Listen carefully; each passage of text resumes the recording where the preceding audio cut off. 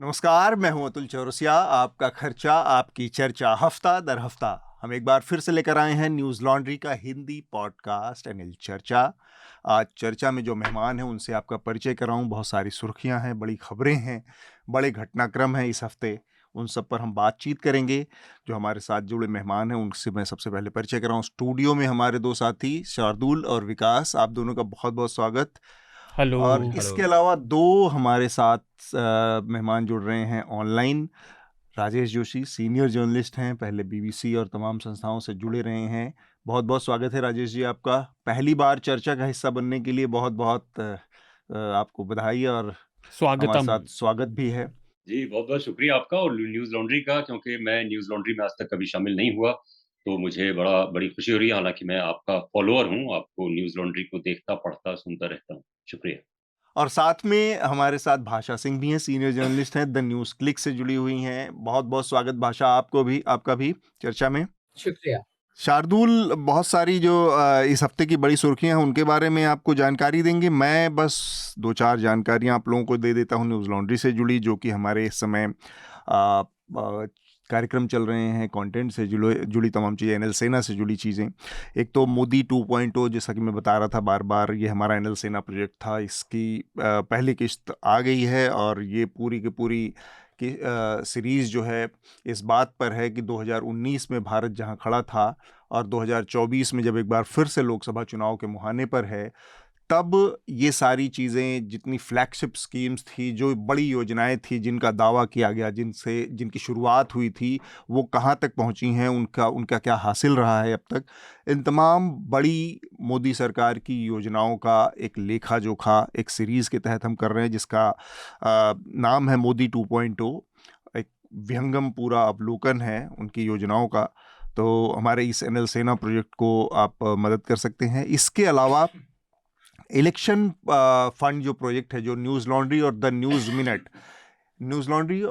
Minute का ये साझा इलेक्शन फंड है। और इस बार हमने तय किया है कि कोई एक बड़ा इलेक्शन फंड या एनएल सेना फंड ना बना के हमने छोटे कई सारे फंड बनाए हैं, ताकि आप अपनी रुचि के हिसाब से, अपनी पसंद के हिसाब से वो स्टोरीज, वो विषय, जिनमें मुद्दे जिनको आप पसंद करते हैं, जिनमें आपकी अपनी रुचि है, जिनको आप चाहते हैं कि ये जनता के विषय हैं और आप तक पहुंचे, या इस पर एक अच्छी खास डिटेल रिपोर्टिंग हो, उनको आप फंड कर सकते हैं। तो हमारे इस news laundry the news minute के साझा इलेक्शन फंड को भी आप हमारी मदद कर सकते हैं।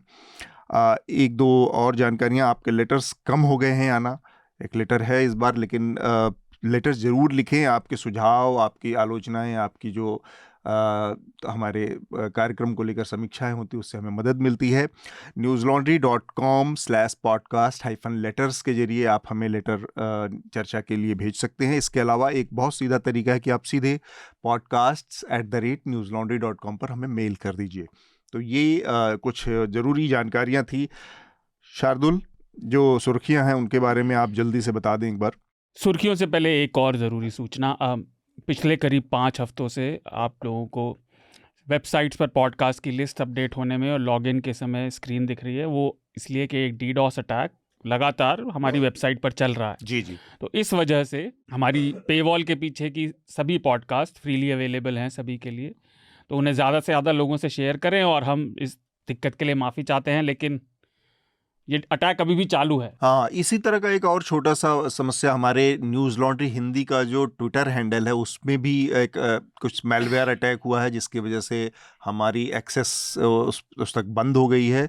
कोशिश जारी है कि जल्द से जल्द हम उसको रीगेन करें और फिर से हमारे न्यूज़ लॉन्ड्री हिंदी का जो ट्विटर हैंडल है, उस पर आपको तमाम जानकारियाँ और सूचनाएँ, खबरें आप तक उसके जरिए पहुँचाई जाएँ। तो मैं फटाफट हेडलाइन पढ़ देता हूँ क्योंकि काफ़ी सारी हैं। लेह में पर्यावरण एक्टिविस्ट सोनम वांगचुक का केवल पानी और नमक पर आमरण अनशन अभी भी जारी है। उन्हें यह भूख हड़ताल करते हुए 17 दिन हो चुके हैं। बुधवार 20 मार्च को लद्दाख के कारगिल ज़िले में आधे दिन का बंद रखा गया था और उसमें समाज के सभी हिस्सों ने खुलकर हिस्सा लिया। तो ये 21 दिन का आमरण अनशन चलना है। हाँ, ये 21 दिन का आमरण अनशन है और उन्होंने कहा है कि वो अगर ज़रूरत पड़ी तो इसे आगे भी बढ़ाएंगे। 21 दिन उन्होंने इसलिए रखे क्योंकि गांधी जी ने भी एक बार में 21 दिन का किया था। सबसे बड़ा जो उनका वो था। हाँ, वांगचुक ये हड़ताल इसलिए कर रहे हैं कि लेह लद्दाख को या तो राज्य का दर्जा मिले या फिर केंद्र शासित प्रदेश विधानसभा के साथ उसे बनाया जाए, और जो सबसे जरूरी है लेह लद्दाख क्षेत्र को संविधान के 6ठे शेड्यूल में शामिल किया जाए, ताकि स्पेशल स्टेटस मिल हाँ। सके और उसको। उनका कहना है कि भाजपा ने अपने पिछले 2 चुनावी घोषणा पत्रों में ये कहा था कि वो करेंगे, लेकिन उन्होंने ऐसा किया नहीं। बहुत बड़ी रैलियां हो रही हैं लेह लद्दाख के इलाके में, करगिल के इलाके में इसको लेकर, और एक बहुत बड़ा डेमोक्रेटिक आंदोलन चल रहा है। मुख्यधारा की मीडिया में, जो राष्ट्रीय मीडिया है या जो देश के बाकी हिस्सों को जोड़ने वाला का हिस्सा है, वहाँ पर सोनम वांगचुक का आंदोलन और लेह लद्दाख में चल रही ये प्रदर्शन की खबरें कम आ रही हैं, लेकिन ये बहुत ज़रूरी है कि हम समझें जाने। चुनाव से पहले एक बड़ा लोकतांत्रिक आंदोलन चल रहा है एक हिस्से में, और इस लिहाज से भी बड़ा संवेदनशील है कि चीन और पाकिस्तान तमाम अलग अलग प्लेयर्स के साथ वहाँ पर इन्वॉल्वमेंट है, वहाँ का सीमाएं लगती हैं। तो इस लिहाज से सोनम वांगचुक का जो आंदोलन है, क्यों ना मैं हमारे जो मेहमान हैं राजेश जी और भाषा, इन लोगों से भी थोड़ा सा इसके बारे में एक शुरुआती टिप्पणी सोनम वांगचुक और के आंदोलन के ऊपर ले लें। लद्दाख और लेह का इलाका इतना महत्वपूर्ण क्यों है? 6th शेड्यूल के तहत इसको लाने से क्या चीज़ें बदल जाएंगी? राजेश और भाषा। मुझे लगता है क्योंकि मैंने भी जब से इसको ट्रैक करना शुरू किया, और ख़ास तौर से 6 मार्च के बाद से, उससे पहले वाली रैली पर भी हमने खबर ली थी। जिस तरह से यह चीज़ सामने आई है, इसने 2 चीज़ों को बहुत साफ किया है कि शुरू में ये लग रहा था कि कोई ना रास्ता निकल जाएगा, उस समय तक चुनावी घोषणा नहीं हुई थी। और क्योंकि सोनम वांगचुक वह शख्स हैं जिन्होंने जब आर्टिकल 370 हटा था तब उसका स्वागत किया था, और उस समय लद्दाख के एक हिस्से में लोगों को लग रहा था कि इससे बड़ी राहत उनको मिलेगी। लेकिन धीरे-धीरे पिछला अगर 1.5-2 साल का अगर आप पूरा हिसाब देखिए, तो लगातार धीरे-धीरे करके इसको लेकर काफ़ी आक्रोश, छोटी-बड़ी रैलियां हो रही थी और लोग सवाल उठा रहे थे। और जिस तरह से सोनम वांगचुक ने केंद्रीय मुद्दा इसको रखा, उसने इस पूरे इलाके के विकास को एक सेंटर फोकस में ले आए, और जो सारी की सारी अवधारणा थी 6 शेड्यूल को लेकर, उनके जो सुबह और शाम के वीडियो आते हैं, उससे उन्होंने बड़े पैमाने पर लेह लद्दाख, कारगिल के इलाके के बाहर के लोगों को भी एक तरह से ट्रेन करने की कोशिश की, प्रशिक्षित करने की कोशिश की कि क्या आंदोलन है। और मुझे लगता है कि जिस तरह से लेह लद्दाख और कारगिल का यह इलाका इन 3 केंद्रीय मांगों को लेकर आंदोलन रत है, और सोनम के समर्थन में जिस तरह से लोग आ रहे हैं, वो एक धीरे-धीरे एक पॉलिटिकल शेप ले रहा है। और कल जिस तरह से उन्होंने, क्योंकि कल उनकी तबीयत भी काफ़ी खराब थी, और वहाँ पे जो लोग उनके साथ हैं, उनसे मेरी बात भी हुई फ़ोन पे, तो उससे एक लग रहा था कि बहुत डेस्परेशन के लेवल पर अब यह सारा का सारा जा रहा है। उनको लग रहा था कि अंततः सरकार सुन लेगी, कोई रास्ता निकलेगा। लेकिन जिस तरह से अमित शाह के साथ जो मीटिंग हुई देश के गृह मंत्री के साथ, और वो पूरी तरह से विफल रही, उससे एक 2 मैसेज वो बहुत साफ देने की कोशिश कर रहे हैं कि क्या एक शांतिपूर्ण प्रोटेस्ट का अंत इस तरह का होना चाहिए। और कल उन्होंने इंदिरा गांधी का भी हवाला दिया, क्योंकि इंदिरा गांधी भी, उनके पिता जब इसी तरह के आमरण अनशन पर बैठे थे तो गई थी, और उन्होंने आश्वासन देकर उनका वादा पूरा करके उनका अनशन तोड़वाया था। तो उससे ऐसा लगता है कि यह आंदोलन अब एक पॉलिटिकल मूव में जा रहा है, क्योंकि अब बहुत साफ मैसेज है, जितने लोगों से मेरी बातचीत हुई है, कि जो लोग अपनी चुनावी वादों को पूरा नहीं करते हैं, उन्हें हमें वोट नहीं देना चाहिए। और ये एक लोकतंत्र की लड़ाई में धीरे-धीरे तब्दील हो रहा है। वही कॉल भी है सोनम वांगचुक का। राजेश। तो सोनम वांगचुक हैं कौन? पहले तो ये आपके श्रोताओं को, बहुत सारे लोगों को मालूम है, लेकिन फिर भी याद दिलाना ज़रूरी होता है, क्योंकि ये वो नेशनल हीरो हैं जिनको थ्री इडियट फ़िल्म से बहुत पहचान मिली। इन्होंने जो इनोवेशन किए थे, उससे इंस्पायर हुई थ्री इडियट फ़िल्म, जिसमें आमिर खान ने सोनम वांगचुक का रोल किया था। नेशनल हीरो, राष्ट्रीय हीरो कब राष्ट्रीय विलेन में बदल जाते हैं या इर्रेलेवेंस की तरफ धकेल दिए जाते हैं, सोनम वांगचुक उसका एक बहुत ही जीता जागता उदाहरण है।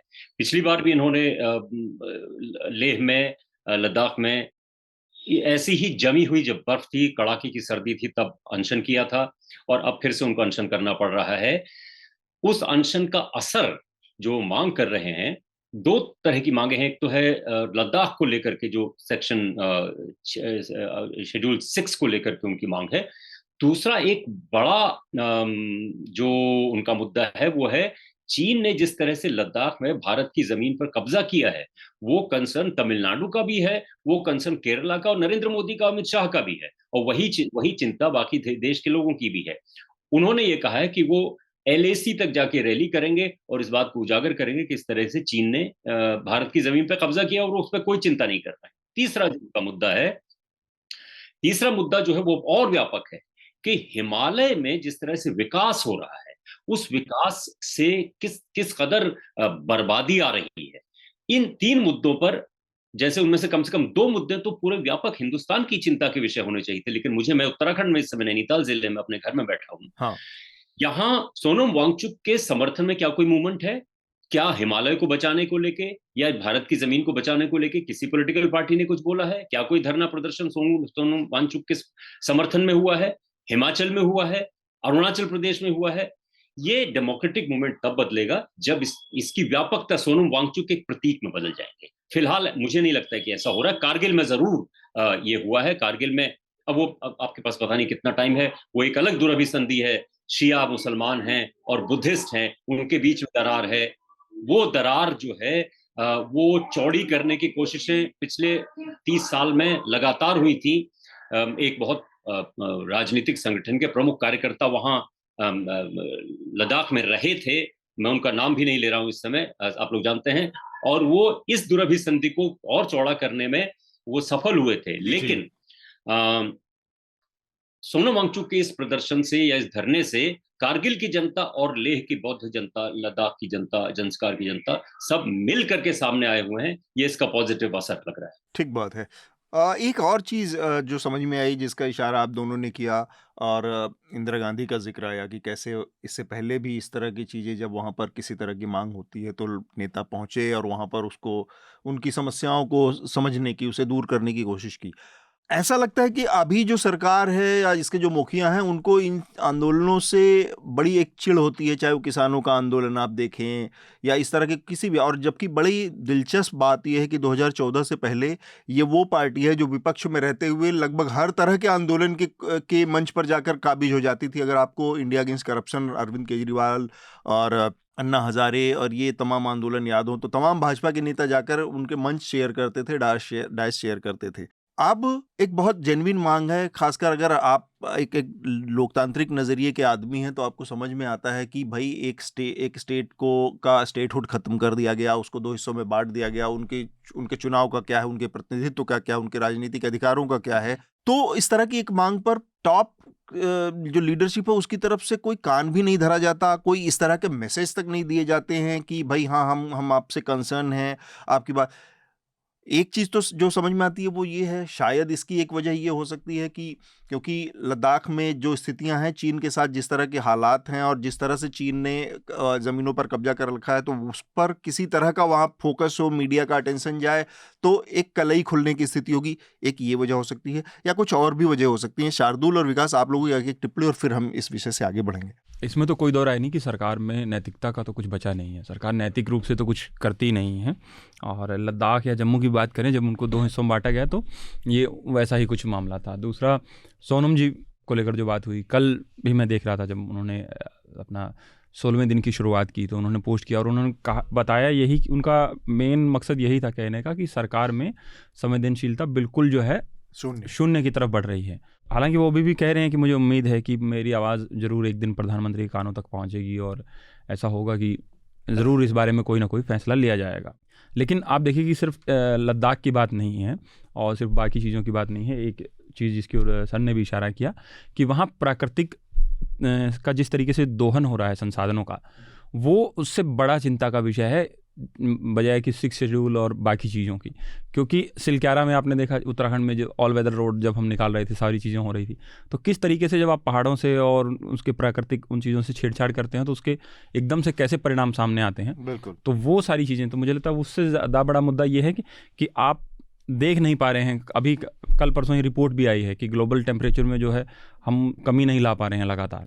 हालांकि धरती का टेम्परेचर सिक्स शेड्यूल के तहत जो स्पेशल स्टेटस की मांग है वो शायद इन्हीं सब स्थितियों को प्रिजर्व करने की है शायद। जो सोनम वांगचुक हैं वो प्राइमरीली मतलब पहले वो पर्यावरण एक्टिविस्ट ही हैं जी और 6 शेड्यूल से क्या होगा, जो वहाँ पे हिल काउंसिल बनाई गई हैं जी उनको अधिकार मिलेंगे अपने जिलों में किस तरह से वहाँ पर अगर वहाँ पे इंडस्ट्री आती भी है या कोई बिजनेस होता है तो लोकल कानून के जैसे 6 शेड्यूल में उत्तर पूर्व के सारे प्रदेश आते हैं ट्राइबल जी। एरिया।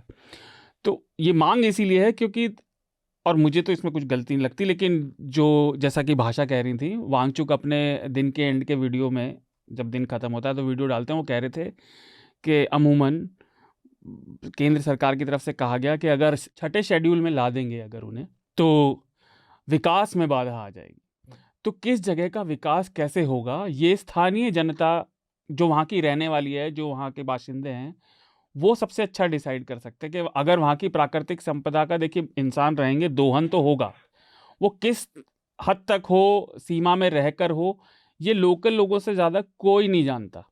और उन्हें उसका हक मिले कानून बनाने का। जो लद्दाख में हिल काउंसिल है और कारगिल की अलग है, वही 6ठे शेड्यूल से उन्हें मिलेगा जो उन्हें नहीं दिया जा रहा। जो एक बात राजेश जी ने कही थी कि वहाँ पे जो बौद्ध और मुसलमान लोगों में जो मतभेद था, वो भी जो मैंने बंद की बात बताई उसमें वो कारगिल जिले का था और उसमें बड़ी संख्या में मतलब मुस्लिम संप्रदाय के लोगों ने हिस्सा लिया।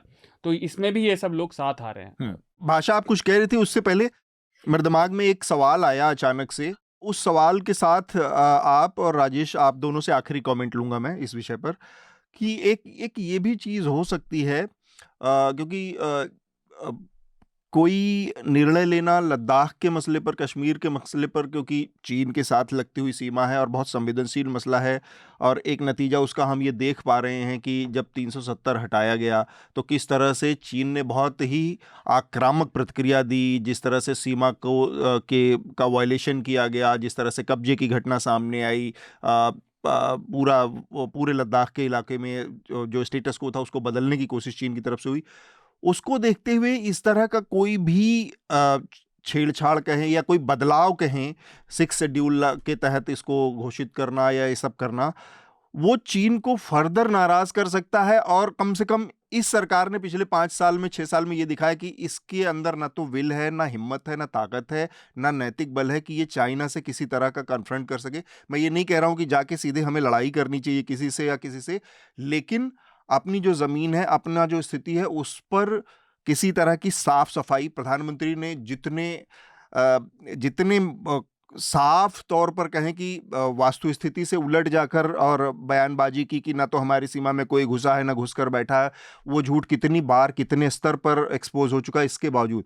तो मुझे लग रहा है कि इस सरकार में या इस जो लीडरशिप है उसके अंदर चीन से किसी भी तरह की कन्फ्रंट करने की ना तो नैतिक ताकत है, ना किसी और तरह की वो है, जिसकी वजह से ये स्थितियां जस की तस बनी है, जिसकी वजह से इस पर तमाम लोकतांत्रिक आंदोलन और एक बड़ा जन आंदोलन चलाने के बावजूद सोनम वांगचुक की सरकार चुप है। देखिए, मेरा थोड़ा सरकारों के बारे में जो नजरिया है वो थोड़ा सा अलग है। मैं ये मानता हूँ कि सरकारें खास तरह से व्यवहार करती हैं।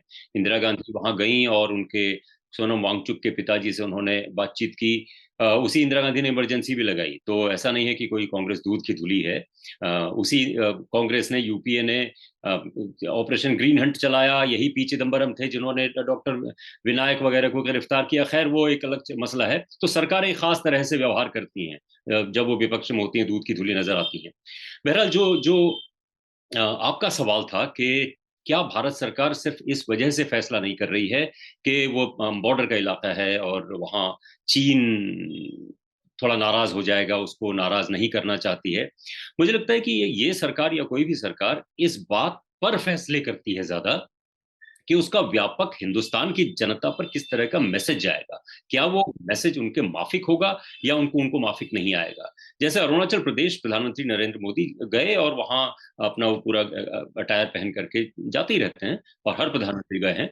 तो उसका असर ये होगा कि आप असर्ट कर रहे हैं कि अरुणाचल प्रदेश हमारा है और चीन की उसको रिजेक्ट कर रहे हैं।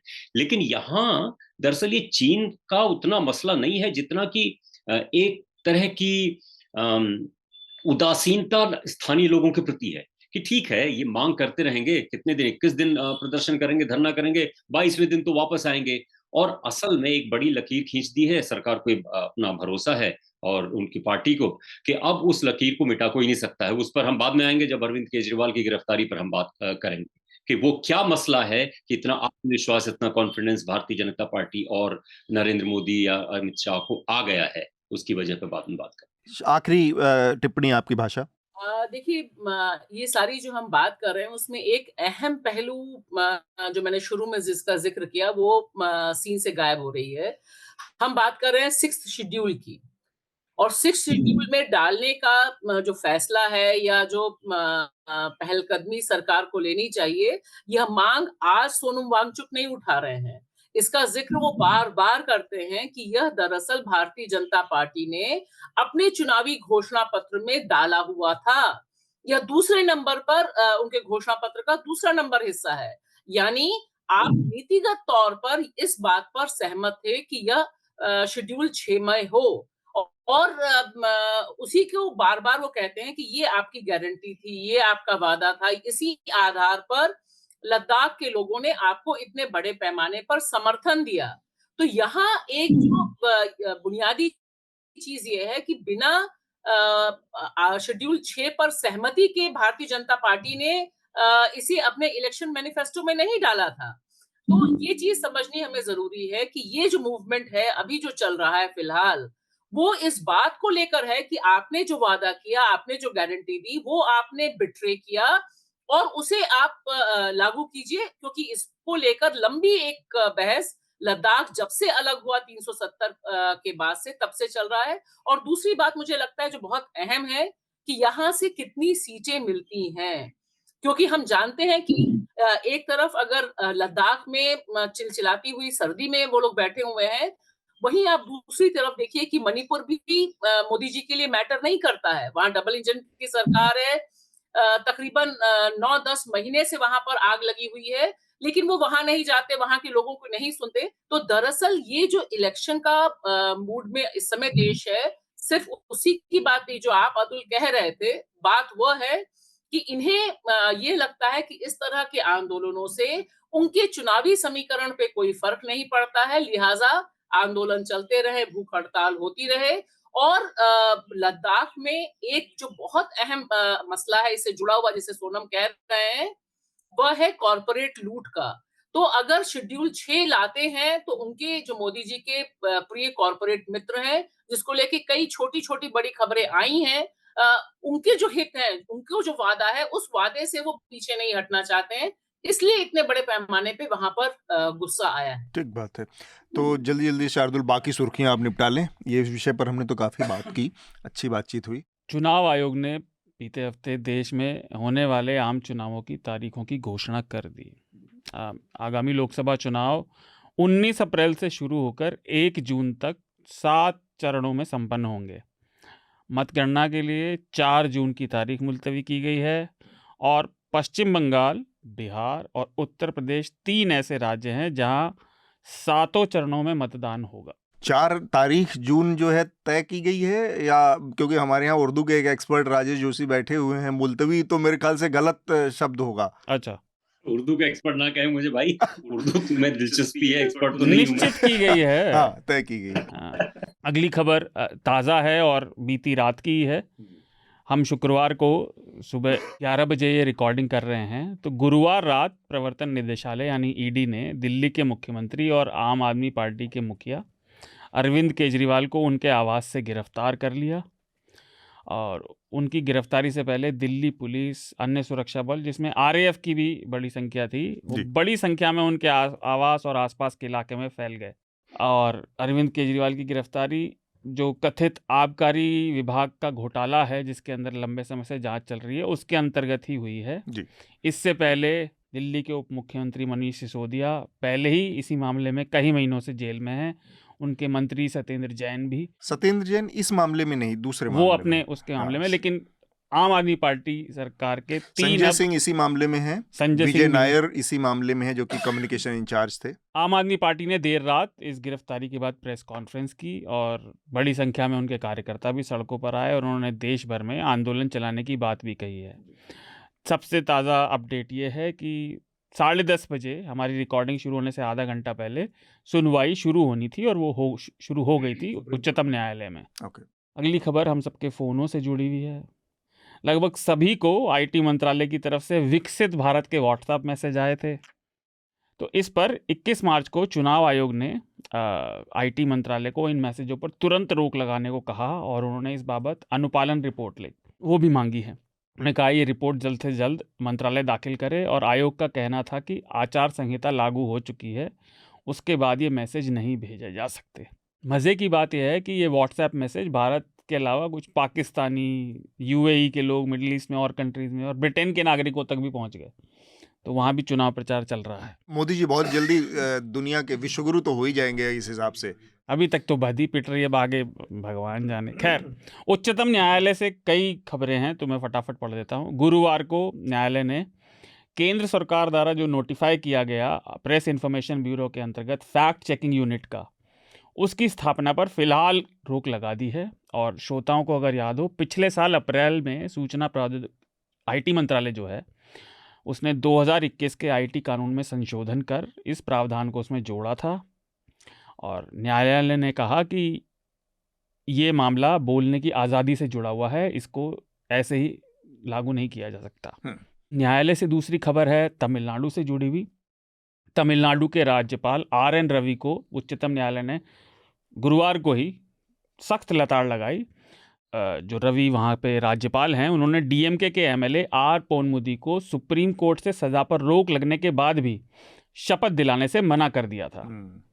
कोर्ट ने इस पर कड़ा रुख लिया और कोर्ट ने कहा, I court, we are seriously concerned about the conduct of the governor in this case, this is not the way because he is defying Supreme Court of India. बिल्कुल। वो कह रहे थे हमें गंभीर चिंता है इस बारे में कि गवर्नर किस तरह से बर्ताव कर रहे हैं और सुप्रीम कोर्ट के आदेश की अवहेलना कर रहे हैं। हाँ, ये कोई तरीका नहीं है क्योंकि वो सीधा सीधा उच्चतम न्यायालय के आदेश की अवहेलना कर रहे हैं। कोर्ट से अगली खबर है पतंजलि से जुड़ी हुई। पतंजलि आयुर्वेद के एमडी आचार्य बालकृष्ण और उसके संस्थापक जो हैं बाबा रामदेव, उन्हें झूठे विज्ञापन देने के मामले में अदालत में स्वयं उपस्थित होने को कहा। और इसके 2 दिन बाद, ये घटना है 19 मार्च की, 2 दिन बाद यानी 21 मार्च को 2 दिन बाद पतंजलि के जो एमडी हैं बालकृष्ण, उन्होंने बिना शर्त इन सभी विज्ञापनों को देने के लिए माफ़ी मांगी। और लेकिन सुप्रीम कोर्ट ने पेश होने के लिए सशरीर पेश होने का आदेश दिया था। हाँ, 19 तारीख को, और वो पेश हुए और उसके बाद उन्होंने 2 दिन बाद बिना शर्त माफ़ी मांगी। उन्होंने कोई इधर उधर की बात नहीं की, उन विज्ञापनों को देने के लिए माफ़ी मांग ली है। इस हफ्ते उत्तर प्रदेश की अगली सुर्खी है। इस हफ्ते चीज़ों को जो एक टर्म है, हालांकि मतलब एक पतंजलि से इस इतना बड़े टर्म को वो रिलेट नहीं करना चाहिए, फिर भी बनाना रिपब्लिक एक कॉन्सेप्ट है ना, कि कहा जाता है कि जब पैंडेमिक में पूरा देश फंसा हुआ है तब आप ऐसी दवाइयाँ बनाते हैं और ऐसी दवाइयों का दावा करते हैं कि जिससे कोरोना सही हो जाएगा, सब कुछ सही हो जाएगा, और उसका इलाज के तौर पर उन दवाइयों को दिया। सिर्फ यही नहीं, 2 बड़े कैबिनेट मिनिस्टर 2 बार नहीं, 1 बार नहीं, 2 बार जाते हैं, उसका लॉन्च करते हैं, रीलॉन्च करते हैं, स्टेज पे बैठे हुए दिख रहे हैं, बार बार एलोपैथी या दूसरी जो पद्धतियां हैं उसको चैलेंज करते हैं, उसको फ्रॉड बताते हैं। और इतना मतलब आप उस लेवल तक टेस्ट करते हैं। और विज्ञापन, मतलब भ्रामक विज्ञापन, जिस पर ये बात सारा मामला हुआ कि आप अपनी दवाइयों को लेकर भ्रामक विज्ञापन, लोगों के अंदर फर्जी गलत तरह की धारणाएं पैदा करते हैं, गलत तथ्य बताते हैं, और फिर सुप्रीम कोर्ट को इस स्तर पर आकर कहना पड़ता है कि आप पेश हों और ये जो हमने आदेश दिया था उन आदेशों को मान्यता हो। तो उस लेवल तक स्ट्रेच किया जा रहा है इंस्टीट्यूशंस को कि जहां पर आप ना चाहते हुए भी मान ले या कहने को मजबूर हों कि संस्थाओं की कोई वो नहीं है। एक गवर्नर है जो सुप्रीम कोर्ट के आदेश के बाद शपथ नहीं दिला रहा है, एक कंपनी है जो सुप्रीम कोर्ट के तमाम आदेशों के बाद भ्रामक विज्ञापन कर रही है अपनी दवाइयों का, और दूसरी दवाइयों के ऊपर सवाल खड़े कर रही है, और फिर चुपचाप धीरे से जाकर माफ़ी मांग ले रही है। ये सब बहुत महत्वपूर्ण चीज़ें हैं। कल जो घटनाक्रम हुआ उसके संदर्भ में ये बहुत महत्वपूर्ण है, हम इससे बात करेंगे। हाँ। मैं एक कहना चाहता हूँ, पतंजलि वाले में तो दशकों से जो विज्ञान सम्मत चीज़ें तय हो चुकी हैं उसको बता के, जैसे आपने कहा ना फर्जी दवाई, मुझे दवाई कहते हुए भी डर लगता है। बसंत ने रिपोर्ट की थी, उसकी उन्होंने कोई टेस्टिंग नहीं की, सब झूठा था, बस मिक्सचर बेच रहे हैं। खैर, इस हफ्ते उत्तर प्रदेश के बदायूं से एक नृशंस हत्या का मामला सामने आया। बदायूं की बाबा कॉलोनी में मंगलवार शाम को दो भाइयों साजिद और जावेद ने एक घर में घुसकर उस परिवार के दो बच्चों आयुष और आहान, जिनकी उम्र 11 और 6 साल थी, उन दोनों की हत्या कर दी। हत्या का कारण अभी तक कोई नहीं समझ पाया है। इन दोनों आरोपियों में से साजिद ने भागने की कोशिश की और वो पुलिस की गोली से मारा गया। उसका भाई जावेद कल यानी गुरुवार को बरेली से गिरफ्तार हो गया है। इस मामले में एक रोचक कहना सही शब्द नहीं है, पर बात यह है कि मृतक बच्चों के पिता ने पुलिस से अपील की थी कि दूसरे आरोपी को एनकाउंटर ना करें, क्योंकि हम जानना चाहते हैं कि इन दोनों युवकों ने ऐसा क्यों किया। तो ये बहुत दर्दनाक घटना है और ऐसे अपराध। जावेद का जो दूसरा अभियुक्त है, आरोपी है, उसका वीडियो एक सामने आया है और उसमें ये चीज़ जानकारी सामने आई कि जावेद उस वक्त घटनास्थल पर मौजूद भी नहीं था। हालांकि आप अगर सोशल मीडिया और उसमें देखेंगे तो हर तरफ एक कैंपेन चल रहा है कि इसको भी गोली मार दी जानी चाहिए, इसको भी चौराहे पर फांसी दे देनी चाहिए। वो कानून के तहत सजा की मांग करनी चाहिए किसी भी सभ्य समाज में। अभी तक जो जानकारी आई उसके मुताबिक जावेद की पूरी लोकेशन कहीं और है। अच्छा, लेकिन चूंकि एक पब्लिक सेंटिमेंट और उस समय भावनात्मक रूप से जो चीजें थी उसमें बहकर लोगों ने ये बताया कि जैसे दोनों भाई इन्वॉल्व थे उस हत्या में। तो पर ये बात थी कि कानून व्यवस्था के लिए विक्टिम के माँ को भी कहना पड़ रहा है कि भाई गोली मत मारना, हम जानना चाहते हैं कि आखिर क्यों किया उसने ऐसा। एक और दुख देने वाली खबर है। भारतीय ओलंपिक संघ ने सोमवार को भारतीय कुश्ती संघ के कामकाज को संभालने के लिए जो अस्थायी समिति गठित की गई थी उसे रद्द कर दिया। इसके बाद फिर से कुश्ती संघ का पूरा कामकाज ब्रजभूषण सिंह के जो खास और चुने हुए अध्यक्ष थे संजय सिंह के हाथ में चला गया है जी।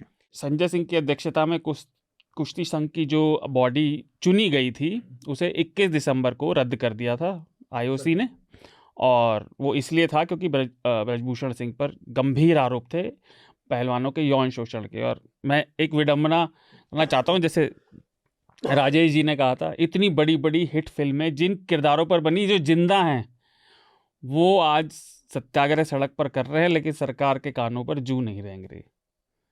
और आखिरी सुर्खी मेरी ओर से है, स्विट्जरलैंड की दुनिया भर में वायु की गुणवत्ता की जांच करने वाली संस्था IQ एयर ने 2023 की वर्ल्ड एयर क्वालिटी रिपोर्ट जारी की है। इस रिपोर्ट में भारत दुनिया का सबसे प्रदूषित देश है, तीसरे नंबर का।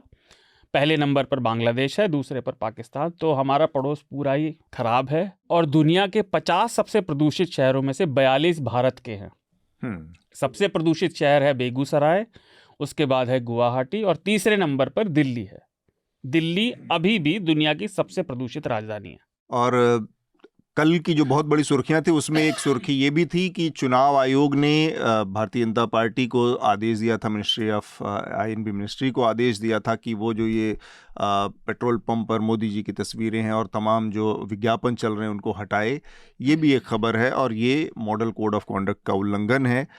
तो ये सारी चीज़ें एक साथ चल रही थी। हमारे जो आज की चर्चा का सबसे महत्वपूर्ण बिंदु है वो है किस तरह से कल एक और घटना हुई। कल कांग्रेस पार्टी ने और कांग्रेस पार्टी के जो शीर्ष नेता हैं मल्लिकार्जुन खड़गे और सोनिया गांधी, लोगों ने एक प्रेस कॉन्फ्रेंस की और फिर से बताया कि किस तरह से इनकम टैक्स डिपार्टमेंट ने पूरे कांग्रेस पार्टी के सारे जो खाते हैं उनको फ्रीज कर दिया है। और ये कार्रवाई 30 साल पुराने टैक्स के एक मामले में की गई, 30 साल बाद उसको निकाल कर ठंडे बस्ते से और इस तरह से। और उन्होंने ये कहा कि कांग्रेस पार्टी को इस समय चुनाव के इस मुहाने पर जिस तरह से ये कार्रवाई की जा रही है उससे चुनाव लड़ने में काफ़ी दिक्कतें आ रही हैं। ये सारी सुर्खियां हैं। और अरविंद केजरीवाल को कल ED ने गिरफ्तार कर लिया। आज सुप्रीम कोर्ट उस मामले में सुनवाई कर रही है। इतनी सारी घटनाओं को देखते हुए कि एक तरफ कांग्रेस पार्टी कह रही है कि उसके अकाउंट फ्रीज कर दिए गए, दूसरी तरफ सुप्रीम कोर्ट में कल जो इलेक्टोरल बॉन्ड से संबंधित फाइनल जो आंकड़े थे वो सामने आ गए और सबको पता है अब कि किस पार्टी को किसने चंदा दिया, कितना दिया।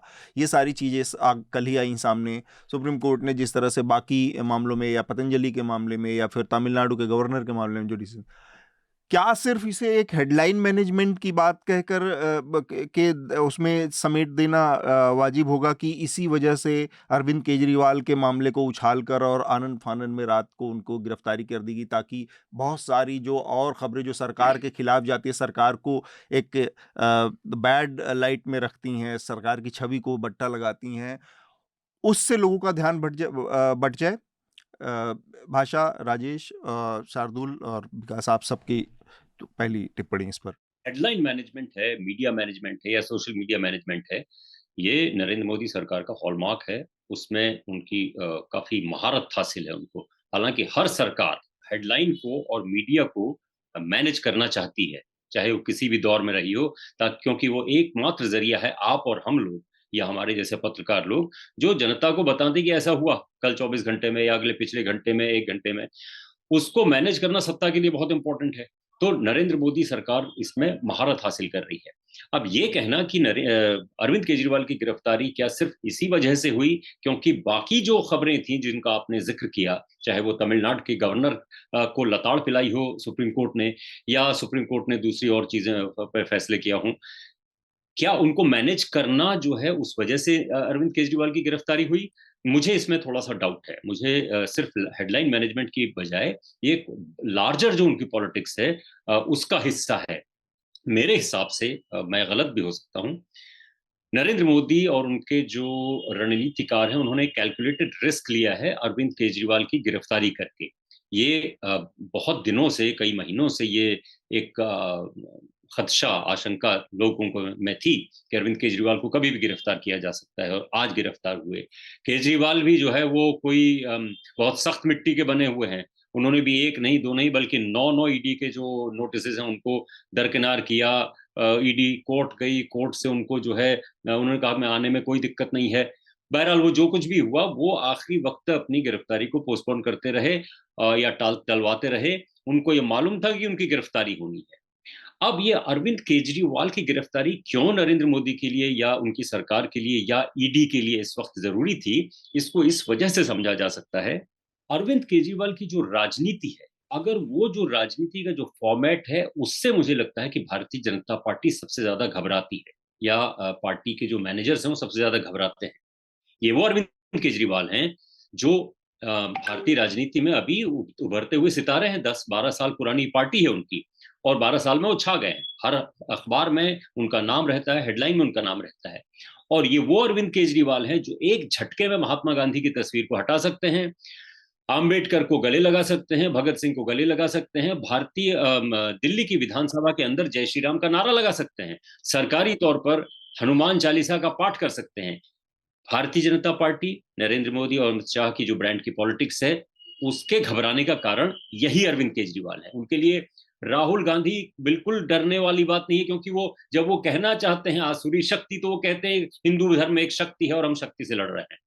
उसका जितना भी इंटरप्रिटेशन या मिस इंटरप्रिटेशन किया जाए, गलती तो राहुल गांधी की थी। लेकिन अरविंद केजरीवाल एक-एक कदम जो रखते हैं, वो धीरे-धीरे इंच-इंच करके और किसी की टेरिटरी में वो कुतर नहीं रहे हैं। वो भारतीय जनता पार्टी के जो वोट बैंक है, उनका जो हिंदुत्व, राइट विंग, जो जो जो उनके समर्थक हैं, उनको कुतर रहे हैं। इसलिए उनको एक तो 2 चीज़ें, एक तो उनको भ्रष्ट साबित करना इस सरकार के लिए बहुत महत्वपूर्ण है। जी। सोनम वांगचुक की अभी हम बात कर रहे थे, वो कड़कती सर्दी में सब ज़ीरो टेम्परेचर में अनशन कर रहे हैं। पूरे हिंदुस्तान में कहीं कोई वो नहीं है। एक अन्ना हज़ारे हुआ करते थे। हाँ, वो पूरे हिंदुस्तान में उनको दूसरे गांधी की तरह पेश किया गया। हाँ, गांधी ही उन्होंने बना क्या दिया किया, गया वो था। कहाँ है, कुछ नहीं मालूम है। तो ये जो हेडलाइन मैनेजमेंट की आप वापस चक्कर घुमा के हेडलाइन मैनेजमेंट में आते हैं, मोदी सरकार ये कैलकुलेटेड रिस्क ले रही है, क्योंकि उसको ये खतरा ज़रूर है कि अगर अरविंद केजरीवाल के फ़ेवर में हवा चल पड़ी, तो दिल्ली में उनको नुकसान हो सकता है। पंजाब में उनका ज़्यादा कुछ है नहीं, लेकिन फिर भी कैलकुलेटेड रिस्क वो इसलिए ले रहे हैं क्योंकि ये कॉन्फिडेंस नरेंद्र मोदी या इनके अंदर भारतीय जनता पार्टी के अंदर कहाँ से आया है? ये कॉन्फिडेंस वहां से आया है कि हमने इस मुल्क की ज्यादातर जनता को एक व्यापक हिंदुत्व की जो आइडेंटिटी है, हिंदू आइडेंटिटी है, उसके नीचे ले आए और देश की जनता को, बहुसंख्यक समाज को ये भरोसा दिला दिया है कि आपका मुख्य मुद्दा यह है कि आपका धर्म बचना चाहिए, धर्म बचेगा तो राष्ट्र बचेगा, राष्ट्र बचेगा तो आपकी संस्कृति बचेगी, वगैरह वगैरह। और इस दायरे के बीच में जितने भी धतकर्म होते हैं, मैं प्रभाष जोशी का एक शब्द, बहुत ही उनका प्यारा शब्द था, वो उधार ले रहा हूं, जितने धतकर्म होते हैं, कुकर्म होते हैं, अन्याय होता है, खटकर्म भी होते हैं, हटकर, हाँ, वो उनको किनारे रख देती है जनता और कहती है देखो बाकी तो सब ठीक है, पेट में पत्थर भी बांध लेंगे, बेरोजगारी भी सहन कर लेंगे, अगर 200 पार 1000 रुपए भी पेट्रोल हो जाएगा तो भी सहन कर लेंगे, लेकिन लाना तो मोदी को ही। क्यों? क्योंकि 22 जनवरी 2024 को जो अयोध्या में हुआ, वो स्टेट, भारतीय राष्ट्र और धर्म और भारतीय जनता पार्टी, इनका एक सिंबल बनकर नरेंद्र मोदी उभरे। उन्होंने लोगों के, अधिसंख्य लोगों को, मेजोरिटी को विश्वास दिला दिया है कि मैं जो कर रहा हूं वही भारत को बचाएगा, वही धर्म को बचाएगा। अब ये विश्वास तो दिला दिया है, लेकिन व्हाट्सएप से जो ये मैसेज तमाम लोगों तक पहुंचा है, RWAs के जरिए, दूसरे के जरिए, वो वोट में क्या तब्दील होगा, एक सवाल ये बहुत बड़ा है। क्योंकि अभी भी जैसे हम लोग जब चुनाव ये होता था ना, अपना छात्र संघ का चुनाव यूनिवर्सिटी में, आप सभी लोग लड़े होंगे, तो उसमें उधर से दूसरी पक्ष वाला नारा लगाता था, जीतेगा भाई जीतेगा, हमारा नेता जीतेगा, उस नाम होता था। तो हम इधर से नारा लगाते थे, जीतेगा भाई जीतेगा, हमारा नेता जीत गया। तो जीत गया वाले की हवा बनती थी। तो ये जो तमाम टेलीविजन में सर्वेज हो रहे हैं, इसमें जीत गया भाई जीत गया है। अभी चुनाव नहीं हुए हैं, अभी इक्वेशंस तय नहीं हुए हैं, अभी टिकट्स का किसको मिला है, एक तरह का साइकोलॉजिकल गेम में आप वो लिया गया है कि भाई हम ऑलरेडी जीत चुके हैं। हाँ, भौकाल बना दिया गया। मैं अपनी बात ये समाप्त करता हूँ। भाषा, देखिए, मुझे लगता है कि जिस तरफ मोदी जी और मोदी राज में भारतीय लोकतंत्र आगे बढ़ रहा है, वो एक बिल्कुल दूसरे ढंग का चुनाव 2024 को स्थापित करना चाहते हैं। और उसमें अरविंद केजरीवाल की गिरफ्तारी बहुत जरूरी थी उनके लिए, क्योंकि वह इस समय, जितना भी आप माहौल बना दीजिए कि अयोध्या में 22 जनवरी को क्या हुआ, लेकिन खुद भारतीय जनता पार्टी के पास इसे लेकर 100% श्योरिटी नहीं है कि सिर्फ और सिर्फ इस पर सवारी करके वो 400 पार पहुंच जाएंगे। लिहाजा इस समय वो एक एक सीट के लिए जिस तरह से तैयारी है, और विकल्प की जितनी भी आवाजें हो सकती हैं जो उन्हें चुनौती दें, उनको वो निशाने पे लेकर एक दूसरे ढंग का मैसेज देते हैं। क्योंकि देखिए, हेमंत सोरेन को जिस तरह से उन्होंने गिरफ्तार किया, और अभी मैं बात करते हुए जो सुप्रीम कोर्ट में चल रही थी कि कविता की गिरफ्तारी, वो बेल के लिए एप्लीकेशन, उसको देख रही थी, वहां पे रिफ्यूज हो गया और वापस कहा गया कि आप ट्रायल कोर्ट जाइए। यानी एक तरह से लोकतंत्र मोडिफाइड हो गया है, और उसमें जो भी और चेहरे हो सकते हैं विकल्प के, और खासतौर से उत्तर भारत में, उन्हें किसी न किसी तरह से क्रिमिनलाइज करके अंदर करना, आवाज बंद करना। और यहाँ पर क्योंकि अरविंद केजरीवाल एक दूसरे ढंग का प्रयोग कर रहे थे, और आप देखिए कि जब से अरविंद केजरीवाल यानी आम आदमी पार्टी और कांग्रेस के बीच समझौता हुआ सीट शेयरिंग को लेकर, अगर आप बीजेपी के एक्स प्लेटफॉर्म पर जाएं और आप देखें जिस तरह के मीम्स और छोटे वीडियोस बनते हैं, उनमें हर एक में अरविंद केजरीवाल मौजूद हैं, जिन पर वो निशाना साधा जा रहा है। उससे पहले नहीं थे वो। तो अब ये उनके लिए बहुत जरूरी है कि वो पूरी तरह से डिस्क्रेडिट करें, और अरविंद केजरीवाल को भ्रष्टाचार के आधार पे डिस्क्रेडिट करना। आज सुबह 8-9 बजे के करीब मेरी जो RWA के लोग हैं, उनसे जब बात हो रही थी, तब लोग कहते कि अरे 100 करोड़ भी खाया तो क्यों खाया। और फिर मैंने कहा कि ये शराब घोटाले में जिस पहले व्यक्ति की गिरफ्तारी हुई, उसने 65 करोड़ रुपए का चंदा बीजेपी को दिया, और उसके बाद वो अप्रूवर बना। तो उनका कि ठीक है, वो तो करप्शन ठीक है। तो एक ब्रॉड, जो एक मिडिल क्लास के लिए एक नोशन बनाया गया है कि बीजेपी का जो भ्रष्टाचार है वो तो ठीक है, लेकिन बाकी सबको 24 कैरेट वाला होना चाहिए। ये जो एक इंप्रेशन है, क्योंकि ये इंप्रेशन बहुत तगड़ा है। और इलेक्टोरल बॉन्ड्स को लेकर जिस तरह से खबरें आ रही हैं, तमाम मैनिपुलेशन के बावजूद खबरें जा रही हैं लोगों तक, तो वहां पर उनके लिए बहुत जरूरी है कि अरविंद केजरीवाल को एक दूसरे ढंग से एक विलन के तौर पे, कि यही व्यक्ति था जो भ्रष्टाचार के खिलाफ आंदोलन करके आया और देखिए ये यहाँ पहुंचा है। तो वो एक मुझे लगता है कि विपक्ष के तमाम चेहरे, और मुझे आज आपके प्लेटफॉर्म से मैं इस बात की आशंका भी जताना चाहती हूँ कि कोई हैरानी की बात नहीं होगी कि तेजस्वी पे भी इसी तरह की कार्रवाई हो।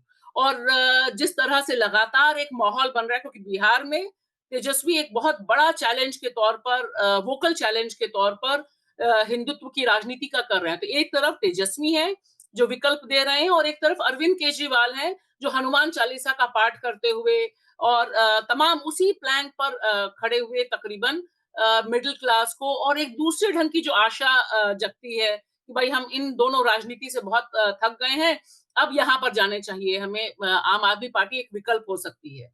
इसलिए मुझे लगता है कि ये पूरी की पूरी तैयारी और इसके लिए माहौल जो बनाया गया, आप देखिए अतुल, आप सब लोग तो और ज्यादा देख रहे होंगे हमारे साथ साथ, जिस तरह से पिछले 1 साल में तमाम व्हाट्सएप यूनिवर्सिटीज में, तमाम प्रचार में जो भ्रष्टाचार is equal to non BJP में तब्दील कर दिया गया है, और ये नीचे तक पहुंच गया है। जो अवधारणा बनाने की बात है, परसेप्शन बनाने की बात है, उसमें अजीत पवार जो 6,000 करोड़ रुपए का घोटाला होता है, वो जैसे ही बीजेपी में जाते हैं, खबर गायब, चर्चा गायब, सब कुछ गायब हो जाता है।